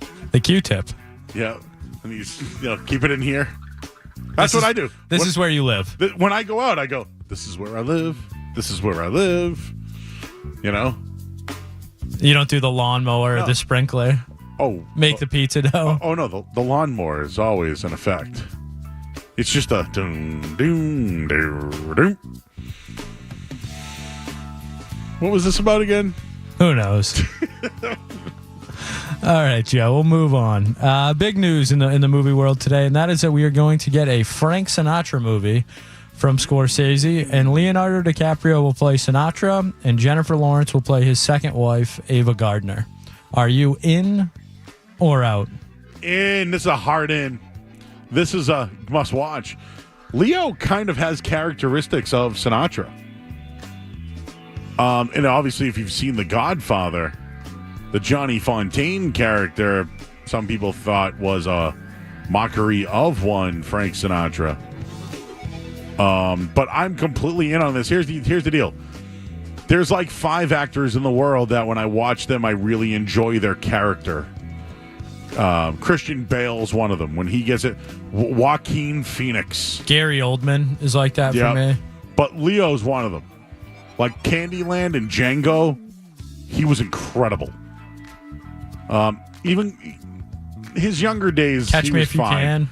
Departed, I really liked, and I know that's not not a major role for him, but I think he's been very. What was that one in the sky? There's always so many good memes from that one. Like when he was freaking out about what was happening. I was believing it. Are you talking about Inception? I did not like that one. You know what's another one that kind of freaked me out? I think it took place on... You ever been to Thompson Island before? So in Boston, right? There is like legit islands that you have to boat to. Thompson's one of them. Had a big group out. Is that where all the deer are? Is that Thompson Island? Nah, I don't think the deer can get over there, man. They can swim. In the harbor? I don't know. Yeah, I think so. Why not? I see them in the Charles all the time. Wait. Deer can swim in like really ocean wave, that type of water? And I don't want to make myself look too stupid, but I'm pretty sure they can. Ryan Bell, you live in Maine. I feel like this is a question for you. He says he knows they can swim, not sure about their strength of swimming in the ocean. I feel like they would be heavy with hoofs. I don't know. I feel like city kid to a kid who lives kind of South Shore. How would we know this? I've seen deer in the river. I don't know how we got here either again. We're all over the map tonight. Yeah, we'll try and get it back on track. Joe, we did mention Ryan Gosling earlier. So Mattel has partnered with Heinz to release a limited edition pink vegan mayo, calling it barbecue sauce. Joe, are you in or out? Okay, the name barbecue sauce, in. The name itself, one more time, it said vegan. It did say vegan. Take the word vegan out of it and read it to me again. All right. Mattel has partnered with Heinz to release a limited edition pink mayo with BBQ sauce called barbecue sauce. In. Right? Take the word vegan out. In. If you fed that to me and then we're like, yeah, so that's like, made with vegan, whatever, I'd be like, oh, well, it's good. But I just don't want the name vegan in it. All right, Joe, this one, I'm not fully aware of exactly what happened. You put this in Slack earlier today, but apparently Billy Joel was having a show on CBS over the weekend for his 100th performance at MSG, I believe, or something like that. And CBS cut off the performance right in the middle of Piano Man. Piano Man. So the olds are furious about this one. So, Joe, are you in or out on CBS cutting off Piano Man? The news starts at 11:15, man. The news start. He had a timer, just like we have a timer that I'm way over. You're not cutting me. You could cut me off if you want. Joe Murray, you've inspired me to start ordering small pizzas. I hope I'm not disappointed. Small pizzas for everybody. Yeah, so imagine now Bob is a real estate novelist who never had time for a wife. Beep. And now the local news. You can't sing your... It is pretty funny that it was right in the middle of Piano Man, though. They're going to re-air it in its entirety now because, well, people were pissed. But I don't know. I mean, I've watched, comedy specials where they've cut it out before at the end. We got one more just because this popped up not too long ago on Twitter, but I believe we discussed it in the past, but the Clippers at their new arena will be introducing the Wall. Clocks. Which is supposed to be clocks, toilets. Yeah. Toilets. So basically they want a college basketball type atmosphere where the seating for the Wall will be for diehard fans on one side of the court. But Steve Ballmer announced today that seats for the Wall will be assigned based on how early you get to the arena. Are you in or out? In. If you were like, dude, you can sit here, but you got to get here early, I'm in. Think about it. The people who can get there early will.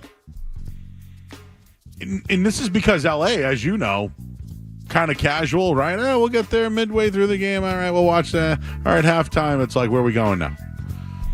The diehards will sit in good seats. They'll probably be the loudest too, right? In. They should do this at Red Sox games. But what if they can't fit in the seats? You'll have the first 4 rows filled up. That's about it. They need it. All right, that was fun. We talked about a lot of things. Well, we have to go to a headline. True fans go early. Do you believe that? It depends. If it's a Wednesday night, I'm not going to fault someone for showing up, 20 minutes before because they were at work. I told you the last maybe 5 times I've got tickets to a Red Sox game, I've never made it to my seat. I had tickets to tonight's game, Joe. Who got them? Some lucky customer on some site. Oh, you sold them? Yes, I sold them. With the fees and everything in the long run, was it profitable? No. I think I might have got gas money? $12 a ticket or something. Could you buy a small pizza with it? Yes, yeah.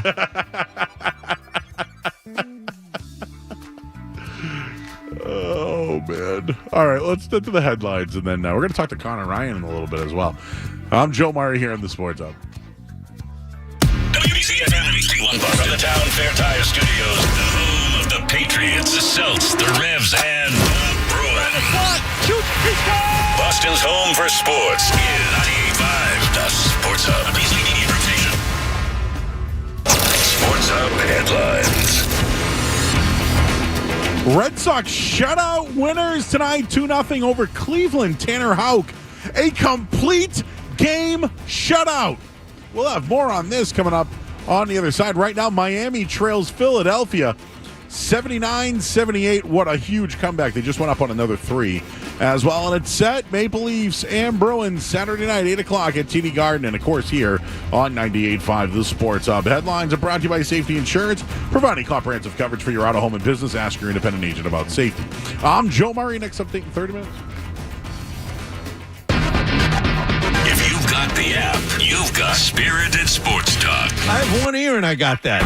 98.5 The Sports Hub. Talk to Connor Ryan because now it's set. We know who the Bruins' opponent will be. So we'll get to him in just a minute as well. He's over at Boston.com and the Globe. But I just need to take this call real quick. Rob is in North Andover. Hey, Rob. Hey, just wanted to compliment you on the background music that you play. What a great idea. I love it.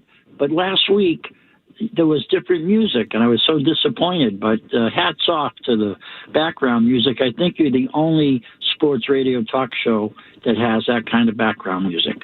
But what's the name of it? Who did it? The name of the song is called Are You In? And it is by the band Incubus. Well, it's awesome. Congratulations. You picked a winner on that background music. Thank the Jeremy Conley. If there was another in or out bed, what are we doing here, Skaz? Yeah, I was going to say, maybe it's a musings bed, he thought, or something. We years ago. I mean, Joe's favorite band, as we all know. That's why we use it. Years ago, we did have Get Out of My Room. Yes, I do remember that. Get into my... But we retired that one. I'm glad someone enjoyed the music. Absolutely. Should we just play the music instead? Just play it. And just talk about Eva Mendes? Yeah, I didn't realize you had such an affinity, Joe. I don't know what it is. I don't blame you. I get it. She's an absolutely fabulously beautiful person. Yeah, stunning. But in that movie, I don't know what it is. She's like this reporter. She's kind of like a bad guy almost in the movie. She's the anti-hero. And we're always rooting for the anti-hero. Yes, Joe. right. And then she outed the lovemaker, the love matcher, who was her lovemaker. And then when he was like, I had a career. And then she's like, do you believe that guy? And her friend's like, yeah. Yeah, it's I don't know if we're going to be seeing as much of Will Smith as we used to. I don't know either. I hope we see more of Eva Mendes, though. Eva Mendes. Let's get it right, Joe. But good for Ryan Gosling. He's Ken. And he's got her. And he was on Saturday Night Live this week. Yeah, the Beavis and Butthead thing I thought was very funny. I like the fact, too, that you could tell the other people in the skit had not seen the makeup yet. Yeah, so, it was a surprise to everybody. What's his name there? Keenan was great. He was the straight man. These guys don't know each other. You had to have seen the show before. They're like...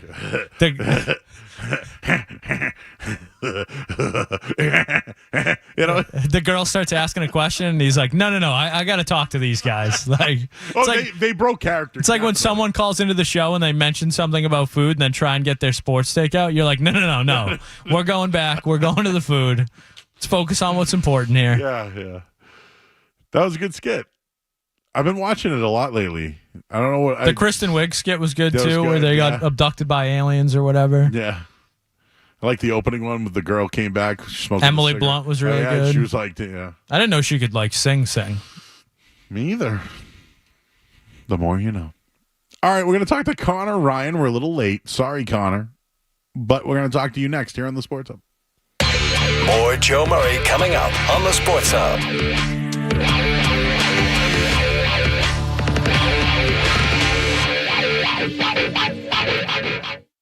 If you need tires, think Town Fair Tire. Thinking name brands? We have them all.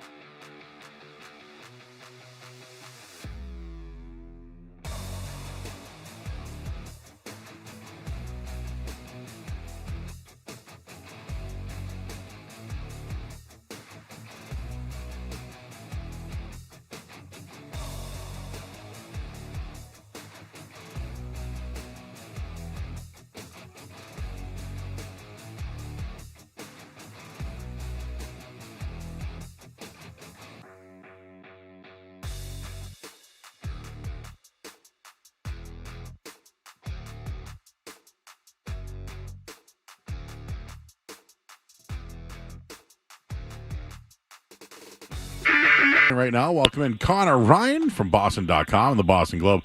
Connor, I'm sorry we're late. We got into an Eva Mendes discussion and then how I prefer small pizzas over two smalls over one large pizza. That's totally understandable, Joe. I get it. But does it make sense, though? Like, I don't know what it is. Does a small pizza just cook better? Is it because it's not as big? Like, there's just something about the slices in a small. Yeah, no, I think it also gives you more options, too. You can kind of change things up as well. Like, have one be a couple different toppings, one the other. I do agree that the overall product is better if you're going for the small pizza there. The small pizza, you can also get two entrees, right? You can get a small pizza and a chicken parm sub. That's true. It's true. You got to keep your options open there. It's like I'm keeping it light tonight, just going with these. Anyways, so it's official tonight, Connor, that the Bruins and Maple Leafs will be playing on Saturday night at 8 o'clock, so the primetime game. All the talk about the Bruins and who the goaltender will be, let me ask you this. Who will be the Toronto Maple Leafs goaltender when the Stanley Cup playoffs begin? That is a great question, Joe, because as much as I think Bruins fans are more preoccupied about Linus Ullmark and Jeremy Swayman, there really isn't a set answer in net for Toronto. And you look at the Bruins' perspective, it's a good problem to have, right? Do you go with Linus Ullmark, who's been really good since the trade deadline, or do you go with Jeremy Swayman, who's really played well against the Maple Leafs the last couple of years now?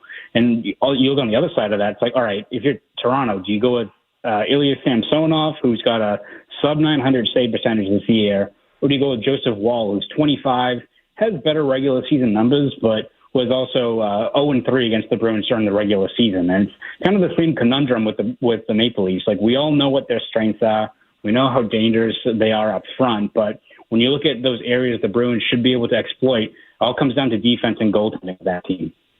So how are you feeling? Like, what's your temperature on the Bruins right now, considering how they ended their season and, a chance to win the division in 2 straight games? They put up 1 goal.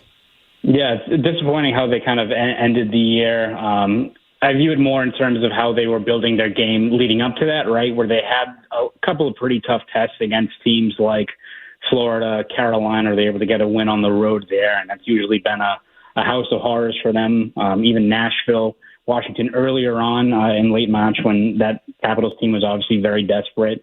I view that as more of the Bruins building their game and kind of getting back on track. All those happened after Jim Montgomery kind of had that bag skate practice on March 25th. So again, you look at the Bruins, right? The way they ended the year, not encouraging, but look at last season, right, where they won, 15 of 16 games? Looked like an absolute wagon going into it. Then Bergeron gets hurt trying to go for it in that final game. We all know what happens there. So it's kind of, you kind of roll the dice when you get to this point of the year, and all depends, I think, on who you're matching up against and how you're playing once the puck drops on game 1. All right, Connor Ryan joins us here from the Boston Globe, Boston.com. Let's just hypothetically say we're hanging out at Murphy Memorial Rink, right? All right, you're a captain and I'm a captain. Who's the best player in the series, and which team has more offensive talent? Yeah, I think probably best player this year. It's hard to argue with a guy like Austin Matthews, who's got 69 goals and has been, I think, especially the last couple of years, we all know how dangerous of a goal scorer he is, but he's really kind of evolved into a very good two-way player.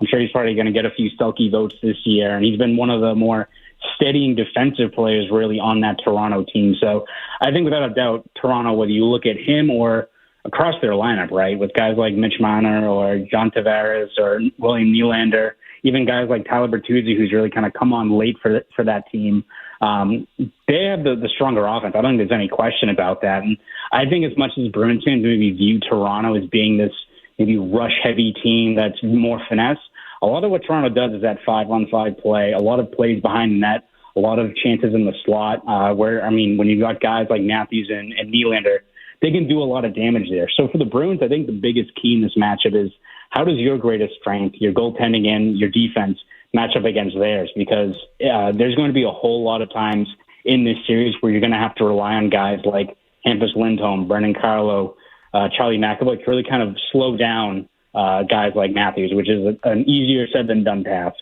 What's the latest on Brendan Carlo?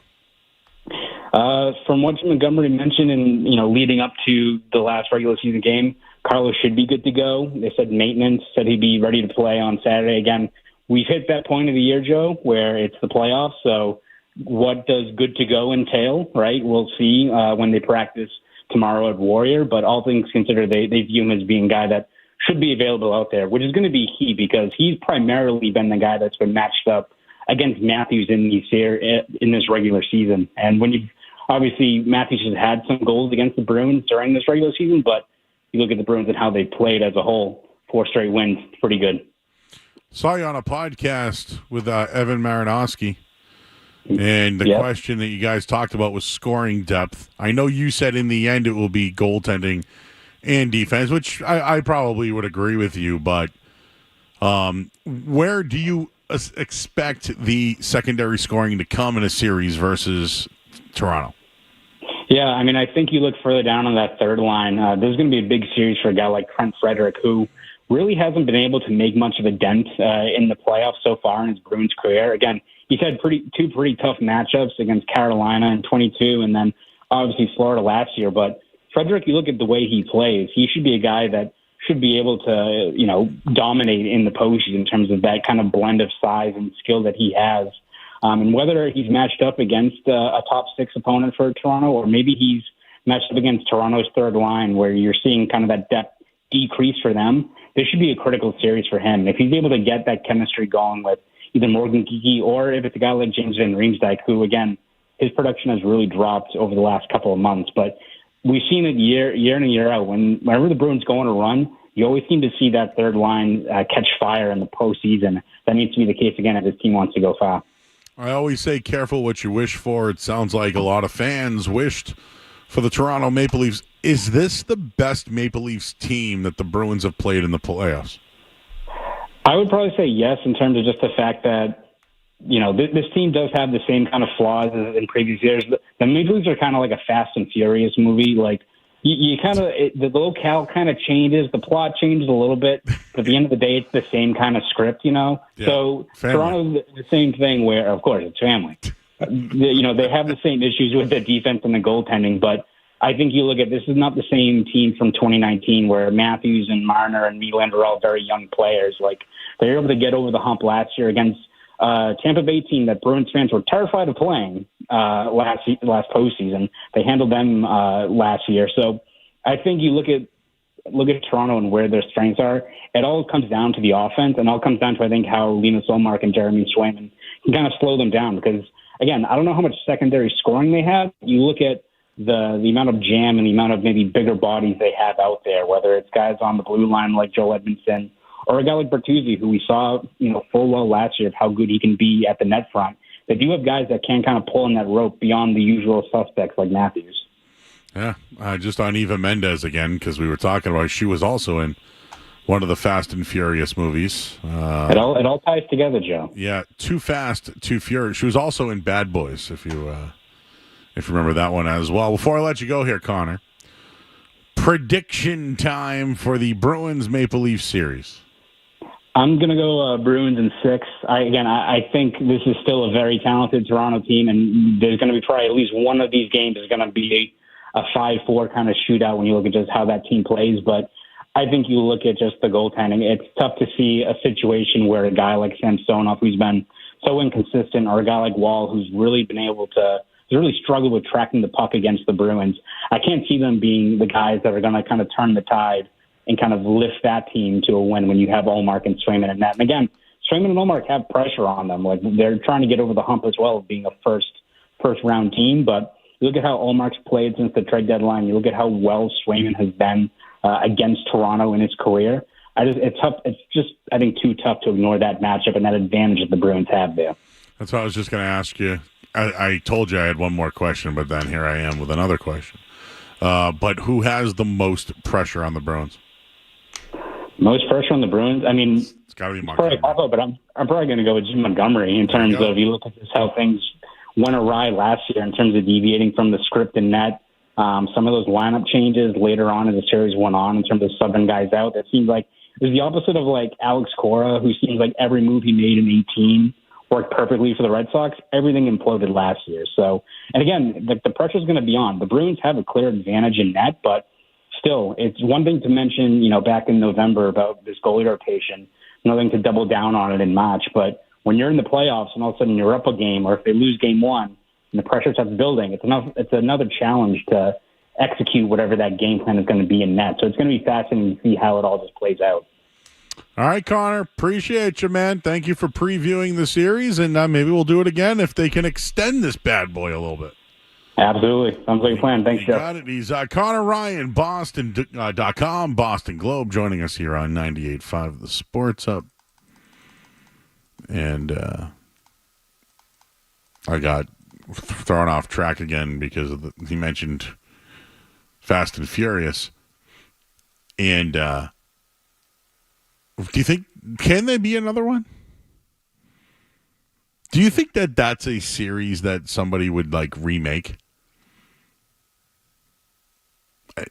I feel like in 20 years it's going to be. Aren't they still making them? Well, I don't know. I think Vin Diesel there is. I'm sure he'll get desperate enough. I would wager a large amount that we have not seen the last Fast and Furious movies. I can tell you, I've seen the last Fast and Furious movie. I'll probably watch, but I would imagine they make more of them. Everyone's very confident in the Bruins over the Toronto. I haven't talked to a better about it yet, though. These numbers keep going in the Bruins' favor. Big shot in the Philly-Miami game. We'll tell you about it right now in Sports Hub Headlines. Sports Hub Headlines. All right, Red Sox got a 2-0 shutout win tonight on the arm of Tanner Houck. Also, Dick Fitz pitched for Worcester today with a 6-2 win. True story. In the NBA, Philadelphia has a 100-96 lead over Miami. Nicholas Batum, 20-point night. Also made a big defensive play on Tyler Herro in the 3-point game. So 24.7 seconds left. Miami's got the ball. And if something happens, I'll tell you. It did happen. It's still a 3-point game. And the Bruins and Maple Leafs. It all comes down to this Saturday night at 8 o'clock. Time is up. Headlines. They are brought to you by Valvoline Instant Oil Change. Enjoy quick and easy, convenient oil changes at NewEnglandOilChange.com for 15% off your next drive to oil change. And Valvoline Instant Oil Change now open in Weymouth, Canton, and Bedford and Natick. I'm Joe. Your next update in 30 minutes. Don't go anywhere. There's more Joe Murray.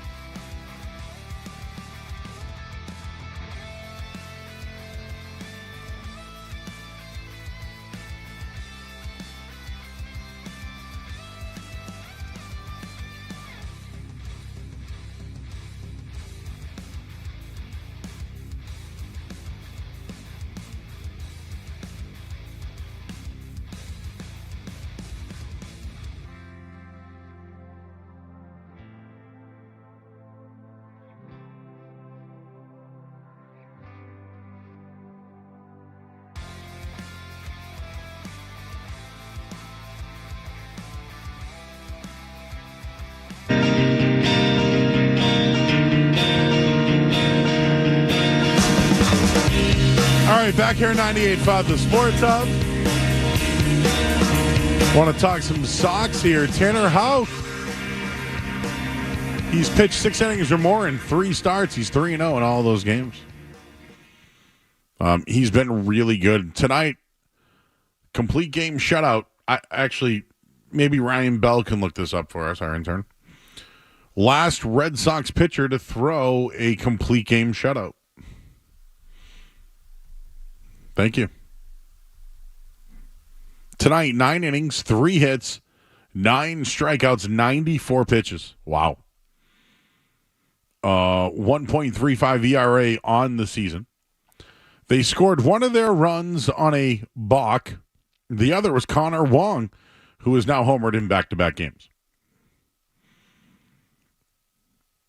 So, more on Tanner Houck. Reading from Boston Sports Info. Tanner Houck, Red Sox pitchers in a game in team history. 9 innings, 3 hits, 0 earned, 9 strikeouts. Chris Sale has done it before. Clay Buchholz has done it before. Hideo Nomo did it when he pitched a no-hitter. Pedro Martinez did it twice. Roger Clemens did it twice. Cy Young did it twice. Jim Longborg. And then Tex Houston. Tex.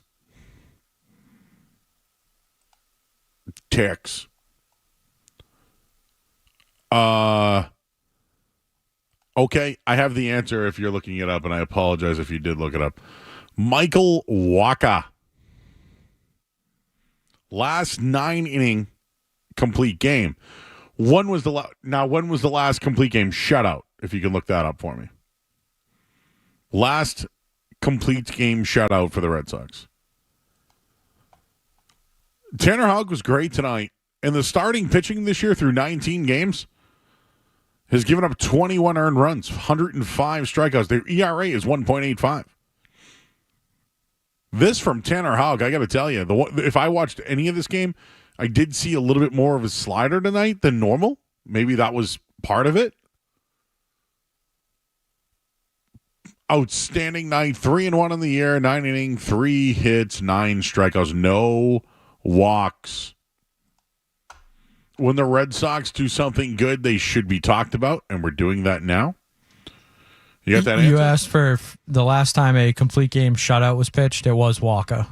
He was the last one for a complete game shutout. Yep, through a complete game 3-hit shutout. 6-6? Yes, 2022. Okay. Man, who was it before that? Now we're really... Well, Joe, I don't know. Why don't I just look it up? But like Michael Wacha, the guy they let walk off of nothing? Good for Tanner Houck. Really. Good for him. They won. They found a way to win.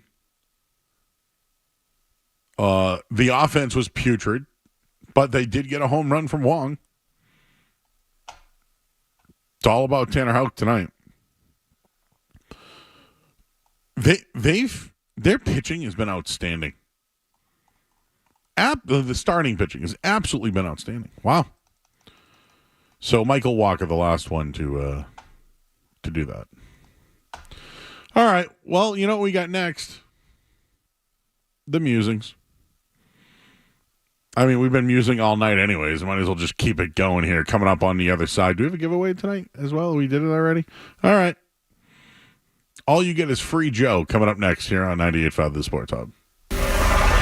You're listening to Joe. You're listening to Joe Murray on 98.5. You're listening to Joe Murray.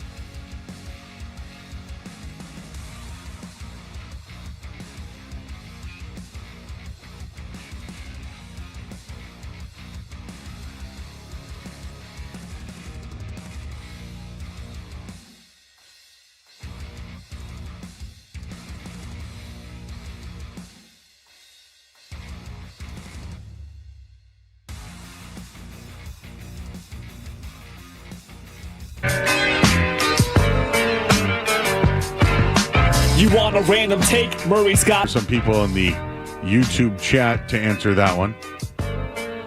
So those are the two topics we have tonight that I'd like to read to you. We also have birthdays. All right, so someone said Naked Gun first, so here we go. Pamela Anderson will star opposite Liam Neeson in the new Naked Gun. The game involved finding items in piles of. I have thought about this, but when would you ever find yourself in a bowl of chili? For real, Skaz. Like, when I'm very thirsty. I'm hoping never, Joe. When I'm very thirsty, I'm like, man, I could swim. Or like when it's really hot, it's like, man, I could just go right into a vanilla milkshake and just swim in it. When do you get the desire to swim in chili? I don't think chili would be high, and I love chili. Would be definitely higher up. When I was 16 or 17, I went to Montreal, and they used to have those foam parties. I've heard some stories of this Montreal trip. Mm-hmm. His money. Yeah, that wouldn't work. That would be a hard landing. I still think of the Breaking Bad scene, though, when they have all the money, and he goes, go ahead, lay on it.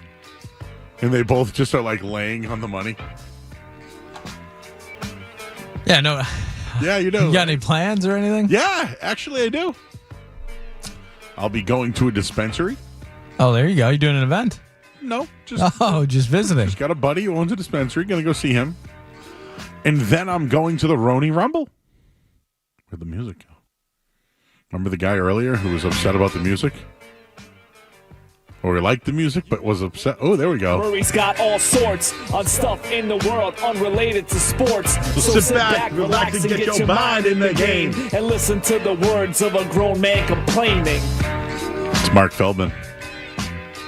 He did it mid break one day and just wrapped it, and I said, just keep it. And it's still going. All right, well, whatever. Anything else going on tonight? Anything bother you guys on the way in? No, I had a tough ride in yesterday, but today was pretty seamless. I'll say this. The time change helps. So. The time change has really made the getting to work much less stressful. Yeah, 100%. And I actually, even though we work an extra hour, it always hurts the next morning. That's when getting home before 1 o'clock, I cannot go to bed. Yeah, I mean, I'm. Have you seen when I start the slacks? I'm always up. But I mean, I can't go to bed. I need to stay. And again, I've worked so many different shifts of late. I don't know what today's what this week though. The Masters. I thought Skaz, you're not gonna like this one.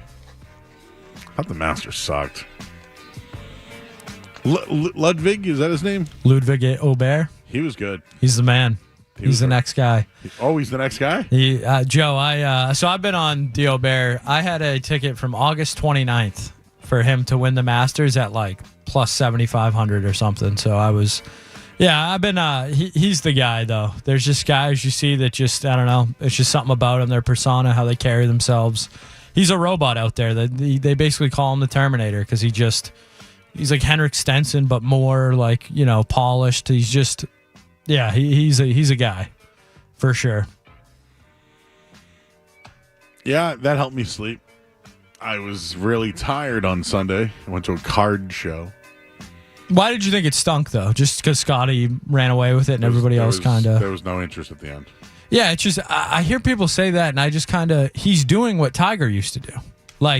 Tiger was winning U.S. Opens by double-digit strokes. And Can I tell you something, though, about that one? You're right. You're not wrong. But when the hot shot's doing it, it's like the Patriots beating the Titans 50-0. You're just watching your team roll it up, right?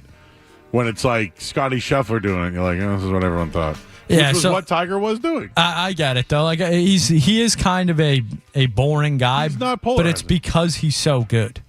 He's almost bored you into. He lulls you in because. And the funny part about Scotty is the first 4 holes he couldn't find his yardages at all, and it just didn't matter. By the way, Bryson DeChambeau.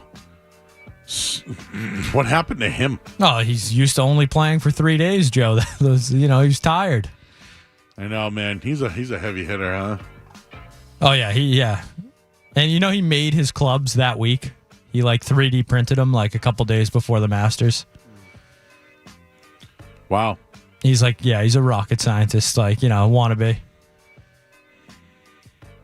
Do you think there are like any real golfers that go by angles? Like, oh yes, yeah, oh yeah, they are. You should. Some of these guys, Joe, they're like, they make baseball players look, their superstitions look small.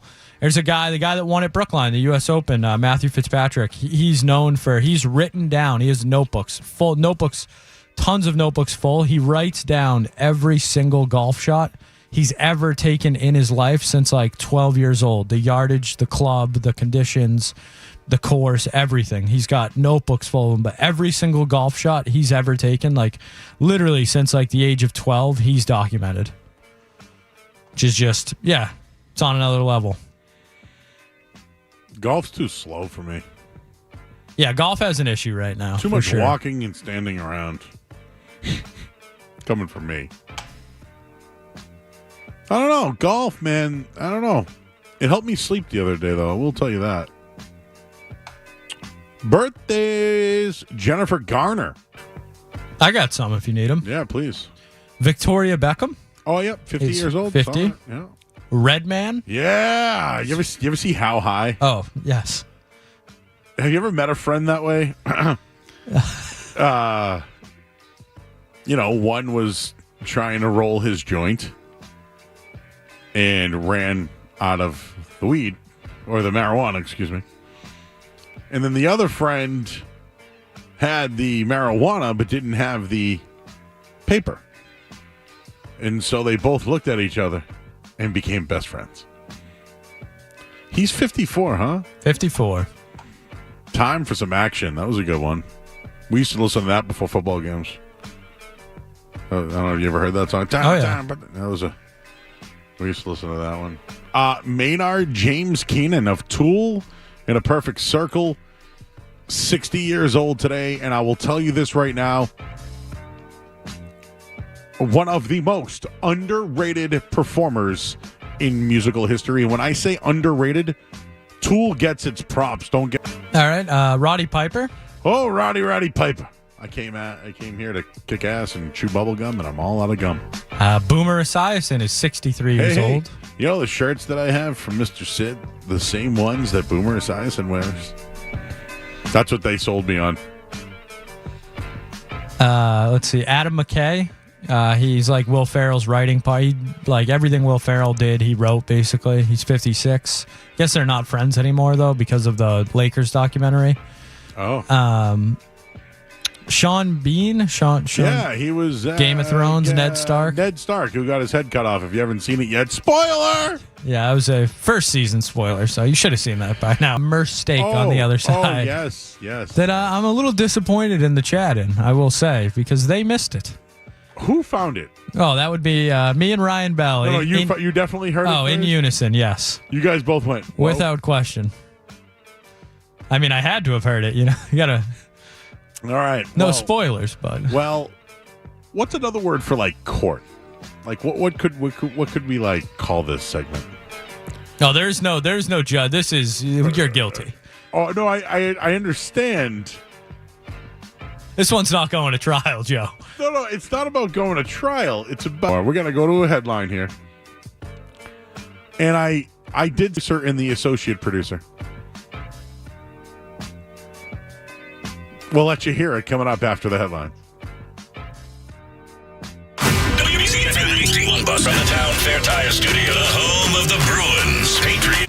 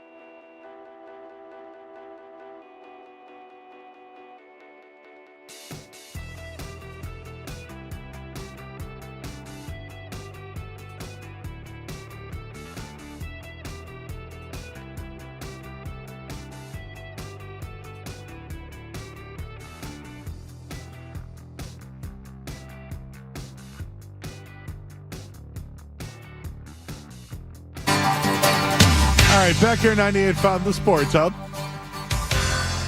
We'll get back in. We'll re-rack everything from earlier in the show. People didn't like the golf talk. It's not Sox talk, but it's just as bad. So, Ladd McConkey had 14 catches in college. I made one reference about sleeping because the Masters helped me sleep. It was a beautiful day that day, too. It was like 65, 66, had a fan on, put the golf on, and I was like, yes, nap time, baby. It was good. Oh, golf really helps me sleep. I was dangerously close to starting the AC up on Sunday night. When is is there a cutoff? I know. I like it really cold when I sleep, so we're getting close. Well, I know what I'm pissed about is I put my winter stuff in my shed, and then we had 4 inches of snow. Always. So my shed, excuse me, hey, my shed. Mistake number 2. my shed. Oh, now you got me on my toes. My shovel is not in my shed yet because of the snow. So earlier tonight, a fellow called in and he swore. So we have to dump it. No, he did not swear. Oh, he didn't swear? No. Oh, he was slandering. The caller did not swear. He was slandering. And I said none of that. All right, fine. Earlier today. I can't play it. Just set it up, Skaz. Just set it up. I'll play the edited version. So what happened? Somebody called in. I was talking to them, and then maybe something may have slipped out of my mouth that nobody else heard. They mentioned you mentioned a food place, and they weren't as receptive as you would have liked. Can we hear like a little longer though? Can we get like a good long version? I'll see what I can do. But right. this is what we have right now. All right, cool. It's not the same. I've been to rail trail. All right, kid. No slander. See, we need a little longer to like really feel it. You know. Like somebody was slandering a place that I liked. So although it may have sounded like I swore, it was unintentional. It was definitely unintentional. There was no reaction. I don't even think you knew that it happened. All right, let's do it again. It's not the same. I've been to rail trail. All right, kid. No slander. I've gone to the judges in the back, and Ryan Bell says there was a swear. But you did dump it. Oh, yes, of course. But nobody on the stream the stream didn't win tonight. When has that happened? Might be a first for you and me. See, Einbein says, yeah, Joe did say bleep earlier. So maybe they did catch it, just didn't mention it. So other people did hear it, but didn't mention it. Isn't that great? It was like nobody cared at all. I heard nothing, Joe. That's right. That's how it works. I saw nothing. I heard nothing. Can we hear it again? It's not the same. I've been to rail trail. All right, kid. No slander. Wonder why I was saying no S for. Like, what was I saying it for? That's why, like, I wish I knew I did it. It's not the same. I've been to rail trail. All right, kid. No slander. Can you, like, slow it down a little bit more? No, now we're getting tricky. No, Einbein says it got through earlier, but they all just ignored it. Well, I appreciate you all. But I'm not a potty mouth. I'll play the first, 1.5 seconds of you saying it, allegedly. Okay. No. So there's a clear no and then an SH sound there. Well, why was I saying it, though? It's funny. You never expected it. Maybe I meant to say no S talk, and then and it turned into no slander. Any other mistakes tonight? I think that's it. I think that was it for today. We had a pretty clean show. I mean, we had a little deer talk that derailed us for a little bit. Oh, yes. Can we follow up on this? Yes, of course. All right. John, who always, he's been a long time listener to the night show. And he asked this question, and now I'm starting to think about it. I'm legit trying to wrap my head around whether a deer can or can't swim in the ocean. Are you thinking it's a salt versus freshwater deal? Sharks? Waves? I can't remember ever seeing... Listen, I'm from the city, all right? Like, I live near the Charles River. The where? I'm sorry? What, the Charles? Oh, I've seen deer in the Charles, all right? No, I love when we have Connor Ryan on. It brings out the accent in you.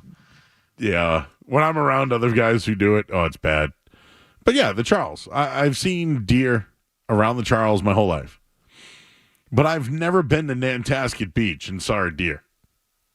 Have you ever been down Hummer Rock and seen a deer? I can't say that. No, have you ever been in Gloucester and saw a deer? See, like, I don't think we see deer near the ocean.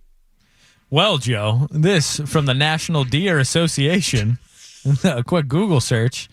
We've all seen videos of deer swimming in open water far from shore, but what are some of the longest documented stretches of open water deer has crossed?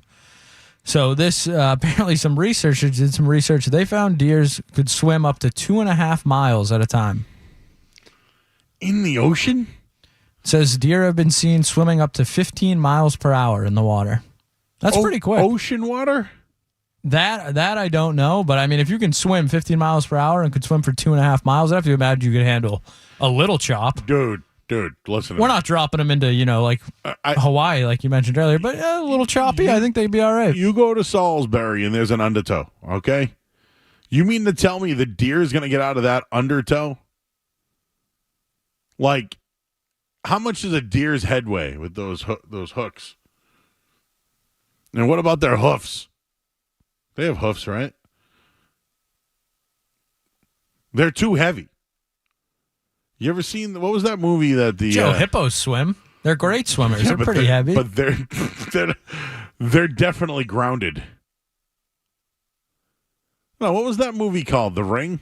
Where the girl came out of the well in TV? Well, they always had those weird dreams about the horses falling in the ocean. That freaks me out. I don't want to see a horse fall in the ocean. So now I'm really wondering if deer swim. You know what? 617-779-0985. Don't give me, Joe, I've seen a deer nearby, like prancing through. No, I want to know you've been swimming with the does. I need like real, actual, you swam with them. Because I'm just going to tell you right now, I think they're too heavy. And I'm talking no feet on the ground. You know? Just pedaling. And this all got started because we were talking about Leonardo DiCaprio playing Frank Sinatra. I don't know how this went full circle, but I talked about Thompson Island, and you go, the one with the deers. No, Thompson Island, to finish my story. You ever watch the movie Shutter Island? That movie freaked me out. Probably my least favorite Leo movie. Some of it was made at... Filmed in Thompson Easton, yeah. Borderland State Park, too, yeah. Yeah. Do deers swim in the ocean?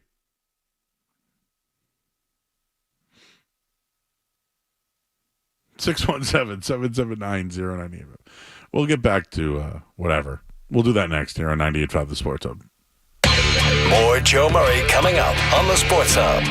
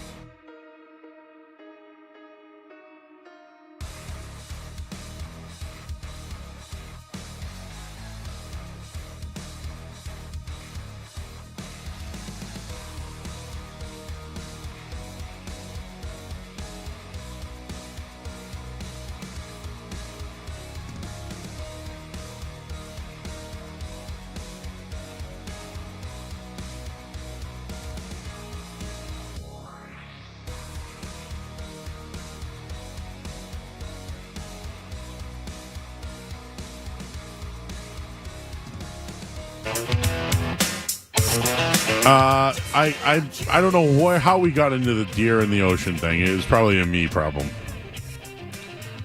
But the island that Skaz was talking about earlier was Deer Island.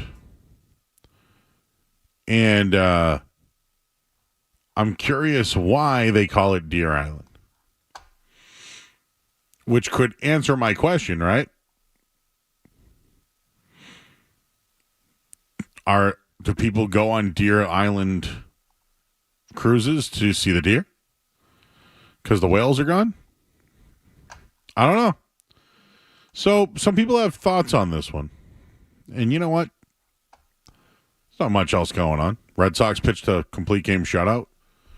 No Celtics or Bruins. Patriots soap opera continues. Might as well talk some deer. Let's do it. Mike's in Maine. A Mainer is on the line. Hey, Mike. What's going on, buddy? Not the subject I thought I'd call in on, but I grew up in Hull. Nantasket. Yeah, the red parrot over there. Yeah, this is your buddy up in Scarborough, by the way. My weed guy that I'm going to see on Saturday that I talked about. Are you coming up? Yeah, cool, man. As of right now, sounds like we may be celebrating 420 in Maine. Love it. Well, I'll be here waiting for you. But, I grew up in Hull. And so I don't know that ocean or deer swim in the ocean itself, but we used to catch or, see them swimming across from World's End across the bay, like, regularly. At low tide, they would actually swim across. They swim exactly like you would think. Like, they do not swim very, it's not the prettiest stroke, we'll call it. They're definitely like a fish out of water. It's like a doggy paddle. Yeah, like a doggy slap. Imagine a dog that got in the water, but realized that they didn't want to be in water. Like the frantic doggy paddle. So how long do you think they can swim for?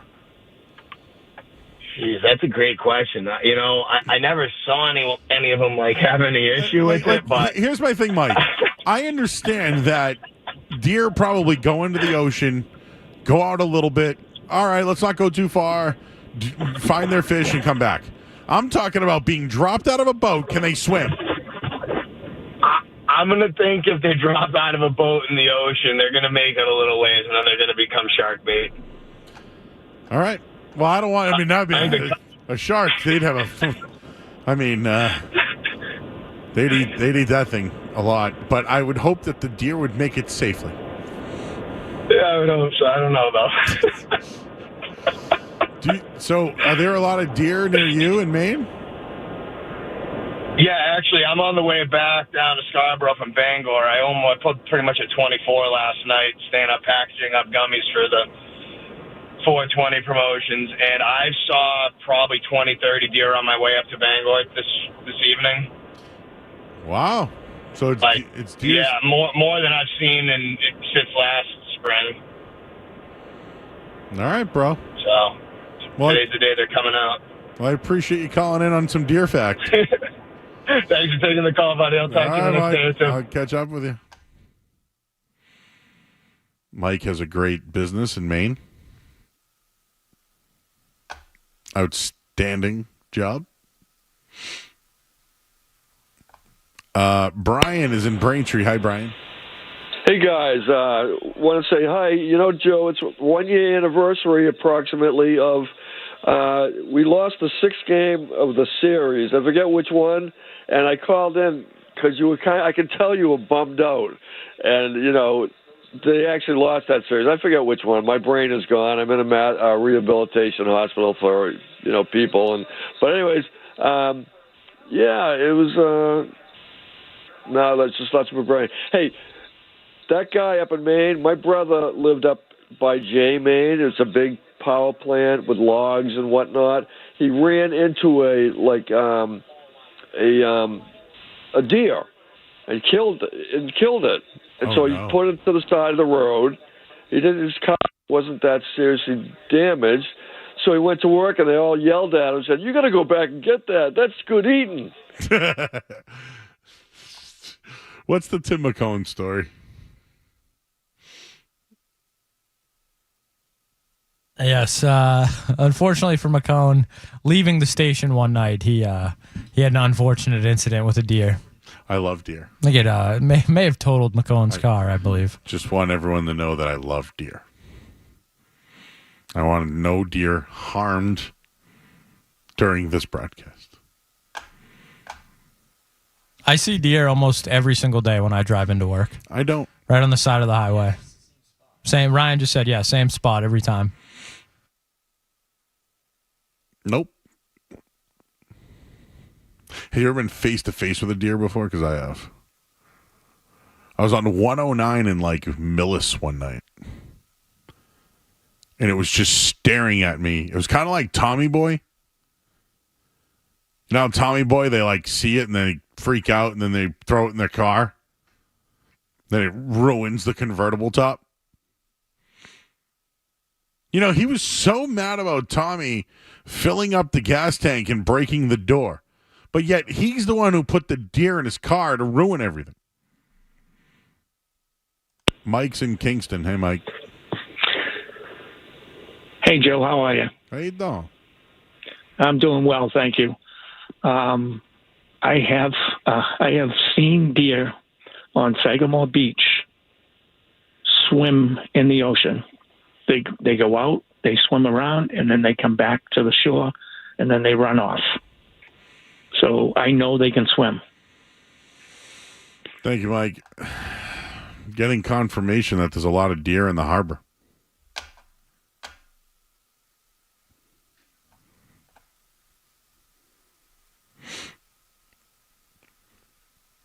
What kind of deer is all Milwaukee bucks, right? So do you think that they like know when the water's ice and when it's not, or when they know they can go on or they're not?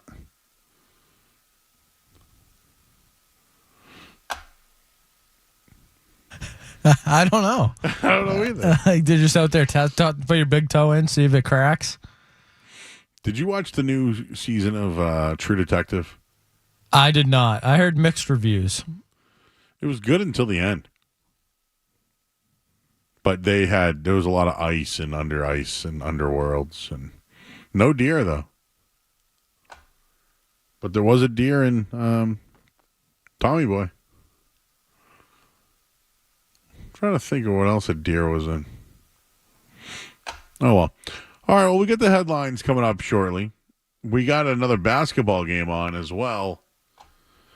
And somebody wants to just vent about Jimmy Butler. Wow, yeah. Bro, that bass is loud. Sorry, bud. Sorry, I'll turn it down. I'm Robert, calling from San Diego. I'm gonna tell you, you guys are talking about. All right, hang on. Okay, I'll turn it down. Is it okay now? Good. Yep. Is it cool? Cool. Okay, I just want to say we're worried about you talked about the Bucks in your state. That's great. But we got more problems. You got the Jimmy Butler coming up, and he ain't no buck. He's a punk, and he's a dirty player. And Boston Celtics better be ready for these guys. Yeah, they impress you tonight. They lost by a point. I'm a Celtics fan. You know, that's why I'm calling from San Diego. I don't everybody, even the West, nobody wants to talk to me about basketball because I don't think about the fakers. I'm talking about the Celtics need to get. They better be prepared. That's all I'm going to say. What's going on in San Diego? What's the temperature today? Well, the Padres are doing okay. I think they're in second place. I don't follow them that much. I'm more of a hockey fan. I'm a Boston Bruins. How about the weather? How is the weather in San Diego? 78 degrees. It's nice. What do you eat? Like, is there? Do you like have like a food truck that you like? Is there a certain food in the San Diego area that you prefer? You know, it's a good question. Everybody's got food trucks, but you got to be careful because a lot of them are dirty. They don't wash their hands. Oh man, San Diego. You know what Ron Burgundy said? Should we step away from the deer talk, or should we do one more? Let's get one more out there. Brian in the car. Hey, Brian. Hey, Joe. Do me a favor first.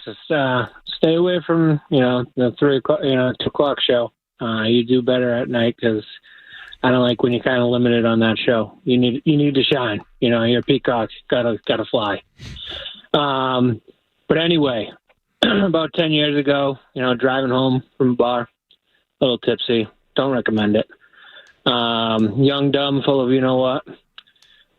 Sitting there texting on my phone, while I'm driving, a little intoxicated. And my car hit something. Uh-huh. And I freaked out, thought it was a human. Got out, so relieved to see deer fur in my grill. You got lucky. Blood. I did get lucky. I haven't done that since. But cool. Quick question. Okay. Quick question. Moving on from the dare talk, have you ever seen a live moose while you're driving? Literally the scariest thing you will ever see in your life. Never seen a moose. I've never seen a moose. I'm from the city. I've seen a red fox, but I've never seen a moose. Have you ever seen a moose, Gaz? You have. Yeah, I've seen a moose in Colorado and in Maine, I believe. Yeah, see, Ryan's from Maine. Yeah, he's seen a moose. He said he's seen deer swimming all the time too. I just don't think you could. It's just like I know bear can swim, and now let's not do the bear versus shark. Oh, I want that Shark Week. Imagine they wouldn't let it happen though. But bear versus Shark Week would be awesome. All right, one more. Joe in Worcester. Hi, Joe. Hey, Joe.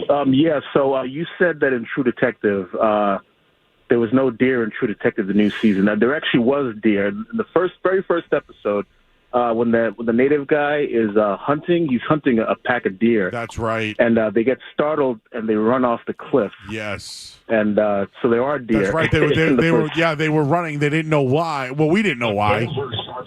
And then they all were just jumping off the cliff, like you said, into the water. Yeah. Exactly. Yeah. So there was deer out there. Yeah. I was taking it as they were all dying. Were you? I think it was just some kind of like phenomenon, probably lemmings or something. They were weird. scared. They were scared and running to the point where they wanted to just jump off a cliff. Yeah. So, I just wanted to call and, correct you. That's all. Yeah, and what's funny is, have you seen The Last of Us? Oh, yeah, definitely. Do you remember the deer scene in that one? Yeah, that was a good deer scene, too, as well. I think deer is like the universal symbol for weird things going on. Like deer in headlight look. Yeah, exactly, absolutely. But I may never eat venison or anything like that again after watching that thing. Nah, don't let that throw you off of venison. Venison's good. It's I don't know, good man. meat. Good, lean, healthy meat. Not after that, Joe. Yeah. All right, bro. Appreciate you, man. Thank you. You remember that, Skaz? Oh, never again. Well, see, Ryan? Maine.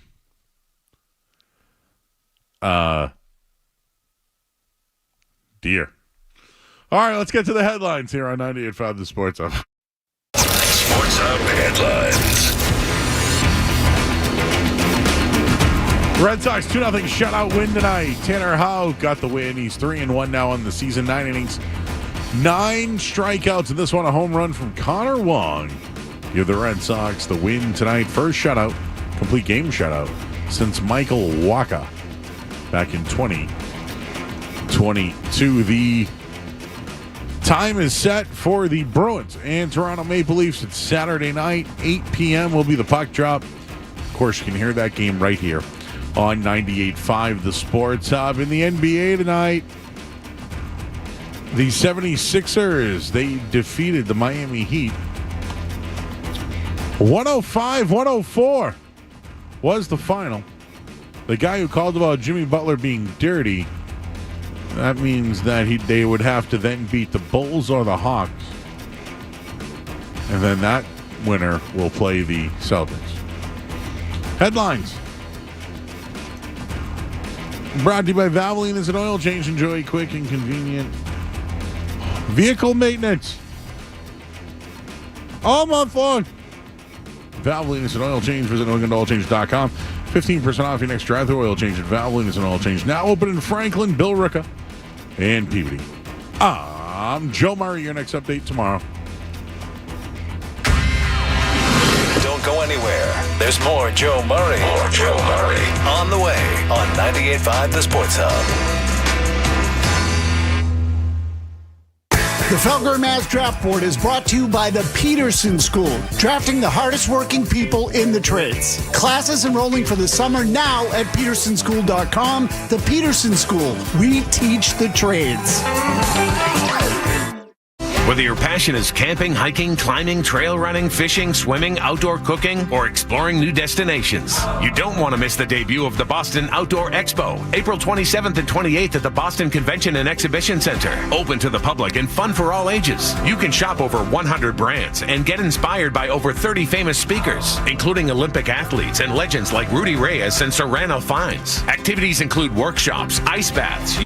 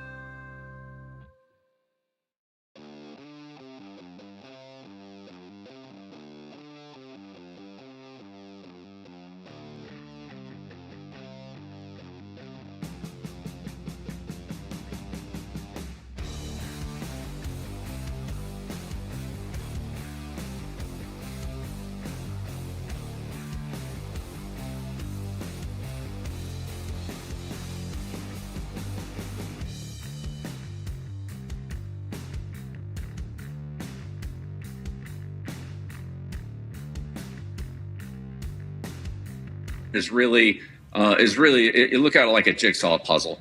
That there's not one piece that puts the puzzle together. You look at everything. You look at the player's character, his mental, his intelligence, his work ethic, his upside, his everything, all the things that factor into his leadership, his what type of teammates he going to be, all those things.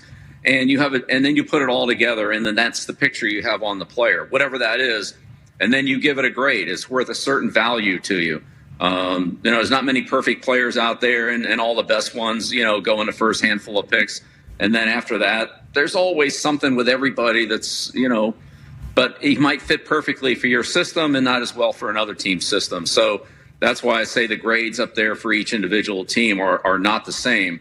But it's a mosaic. It's a jigsaw puzzle. Coach, the day after the first round, though, great. we judged the draft immediately. Winners and losers. Winners and losers, Coach. Right away. What are you talking about? Yeah, but you know as well as I do that the players that are there in the second round, a lot of those players were there on teams' boards in the first round. They didn't think they'd be there. They didn't think they'd make it till the second round. And so then all of a sudden, that's great value. It's like, but you don't know, Coach. No way. You don't know. On the Pat McAfee show today. Wow, wow, wow. Yo. Draft expert Bill Belichick telling Pat McAfee about the draft. And he looks into all certain things, and I just look back to say, some of his draft picks, I'm going to tell you, were complete utter disasters. I want to, you know what, Skaz? You know what's something that bothers me when people talk about Bill Belichick? They bring up Aaron Hernandez. Aaron Hernandez fell in the draft because of his off-field stuff.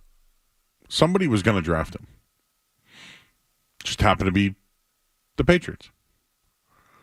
And they'll be linked and all that, whatever. But nobody looks at some of the other ones. Like N'Keal Harry's an all-time bad draft pick. The coaches wanted A.J. Brown. They wanted Deebo Samuel. They brought them in for a dual visit, and Belichick thought they messed around too much. And so they liked Harry's. Plus, not to mention, Herm Edwards gave a glowing review. I really do think N'Keal Harry, that whole draft, N'Keal Harry, Joanne Williams, Chase Winovich, those three names, they whiffed.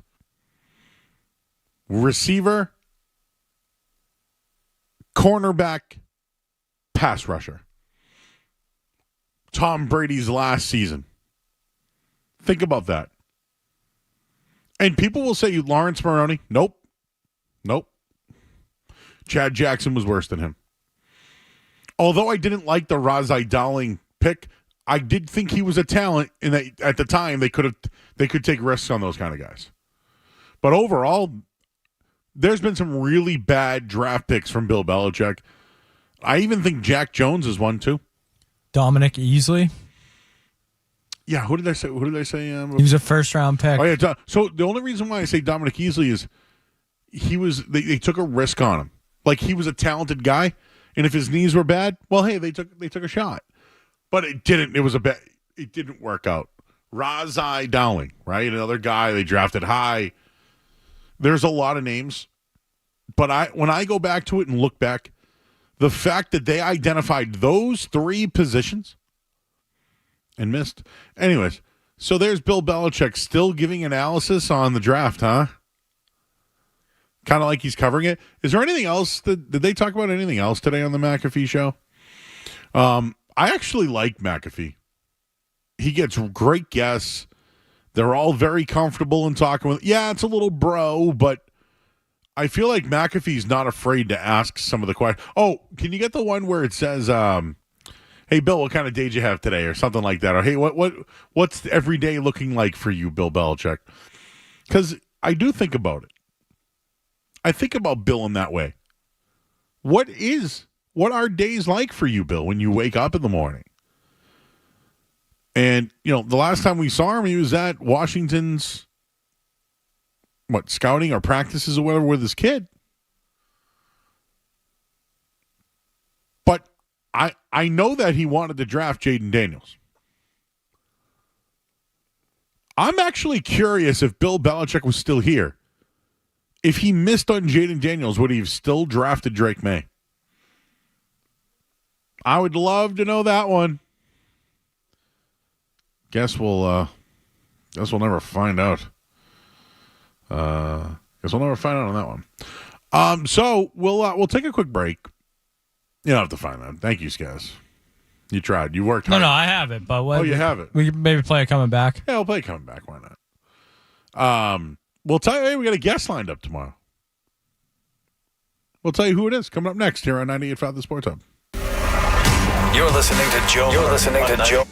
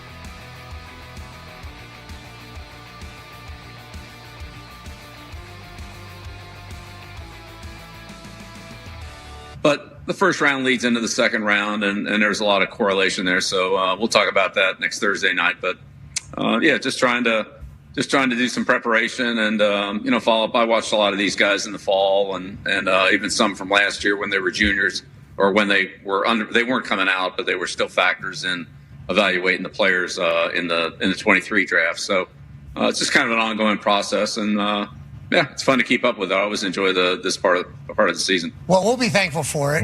Next Thursday, as we're getting intel from a man who's obviously done everything in the NFL and had success at all different levels.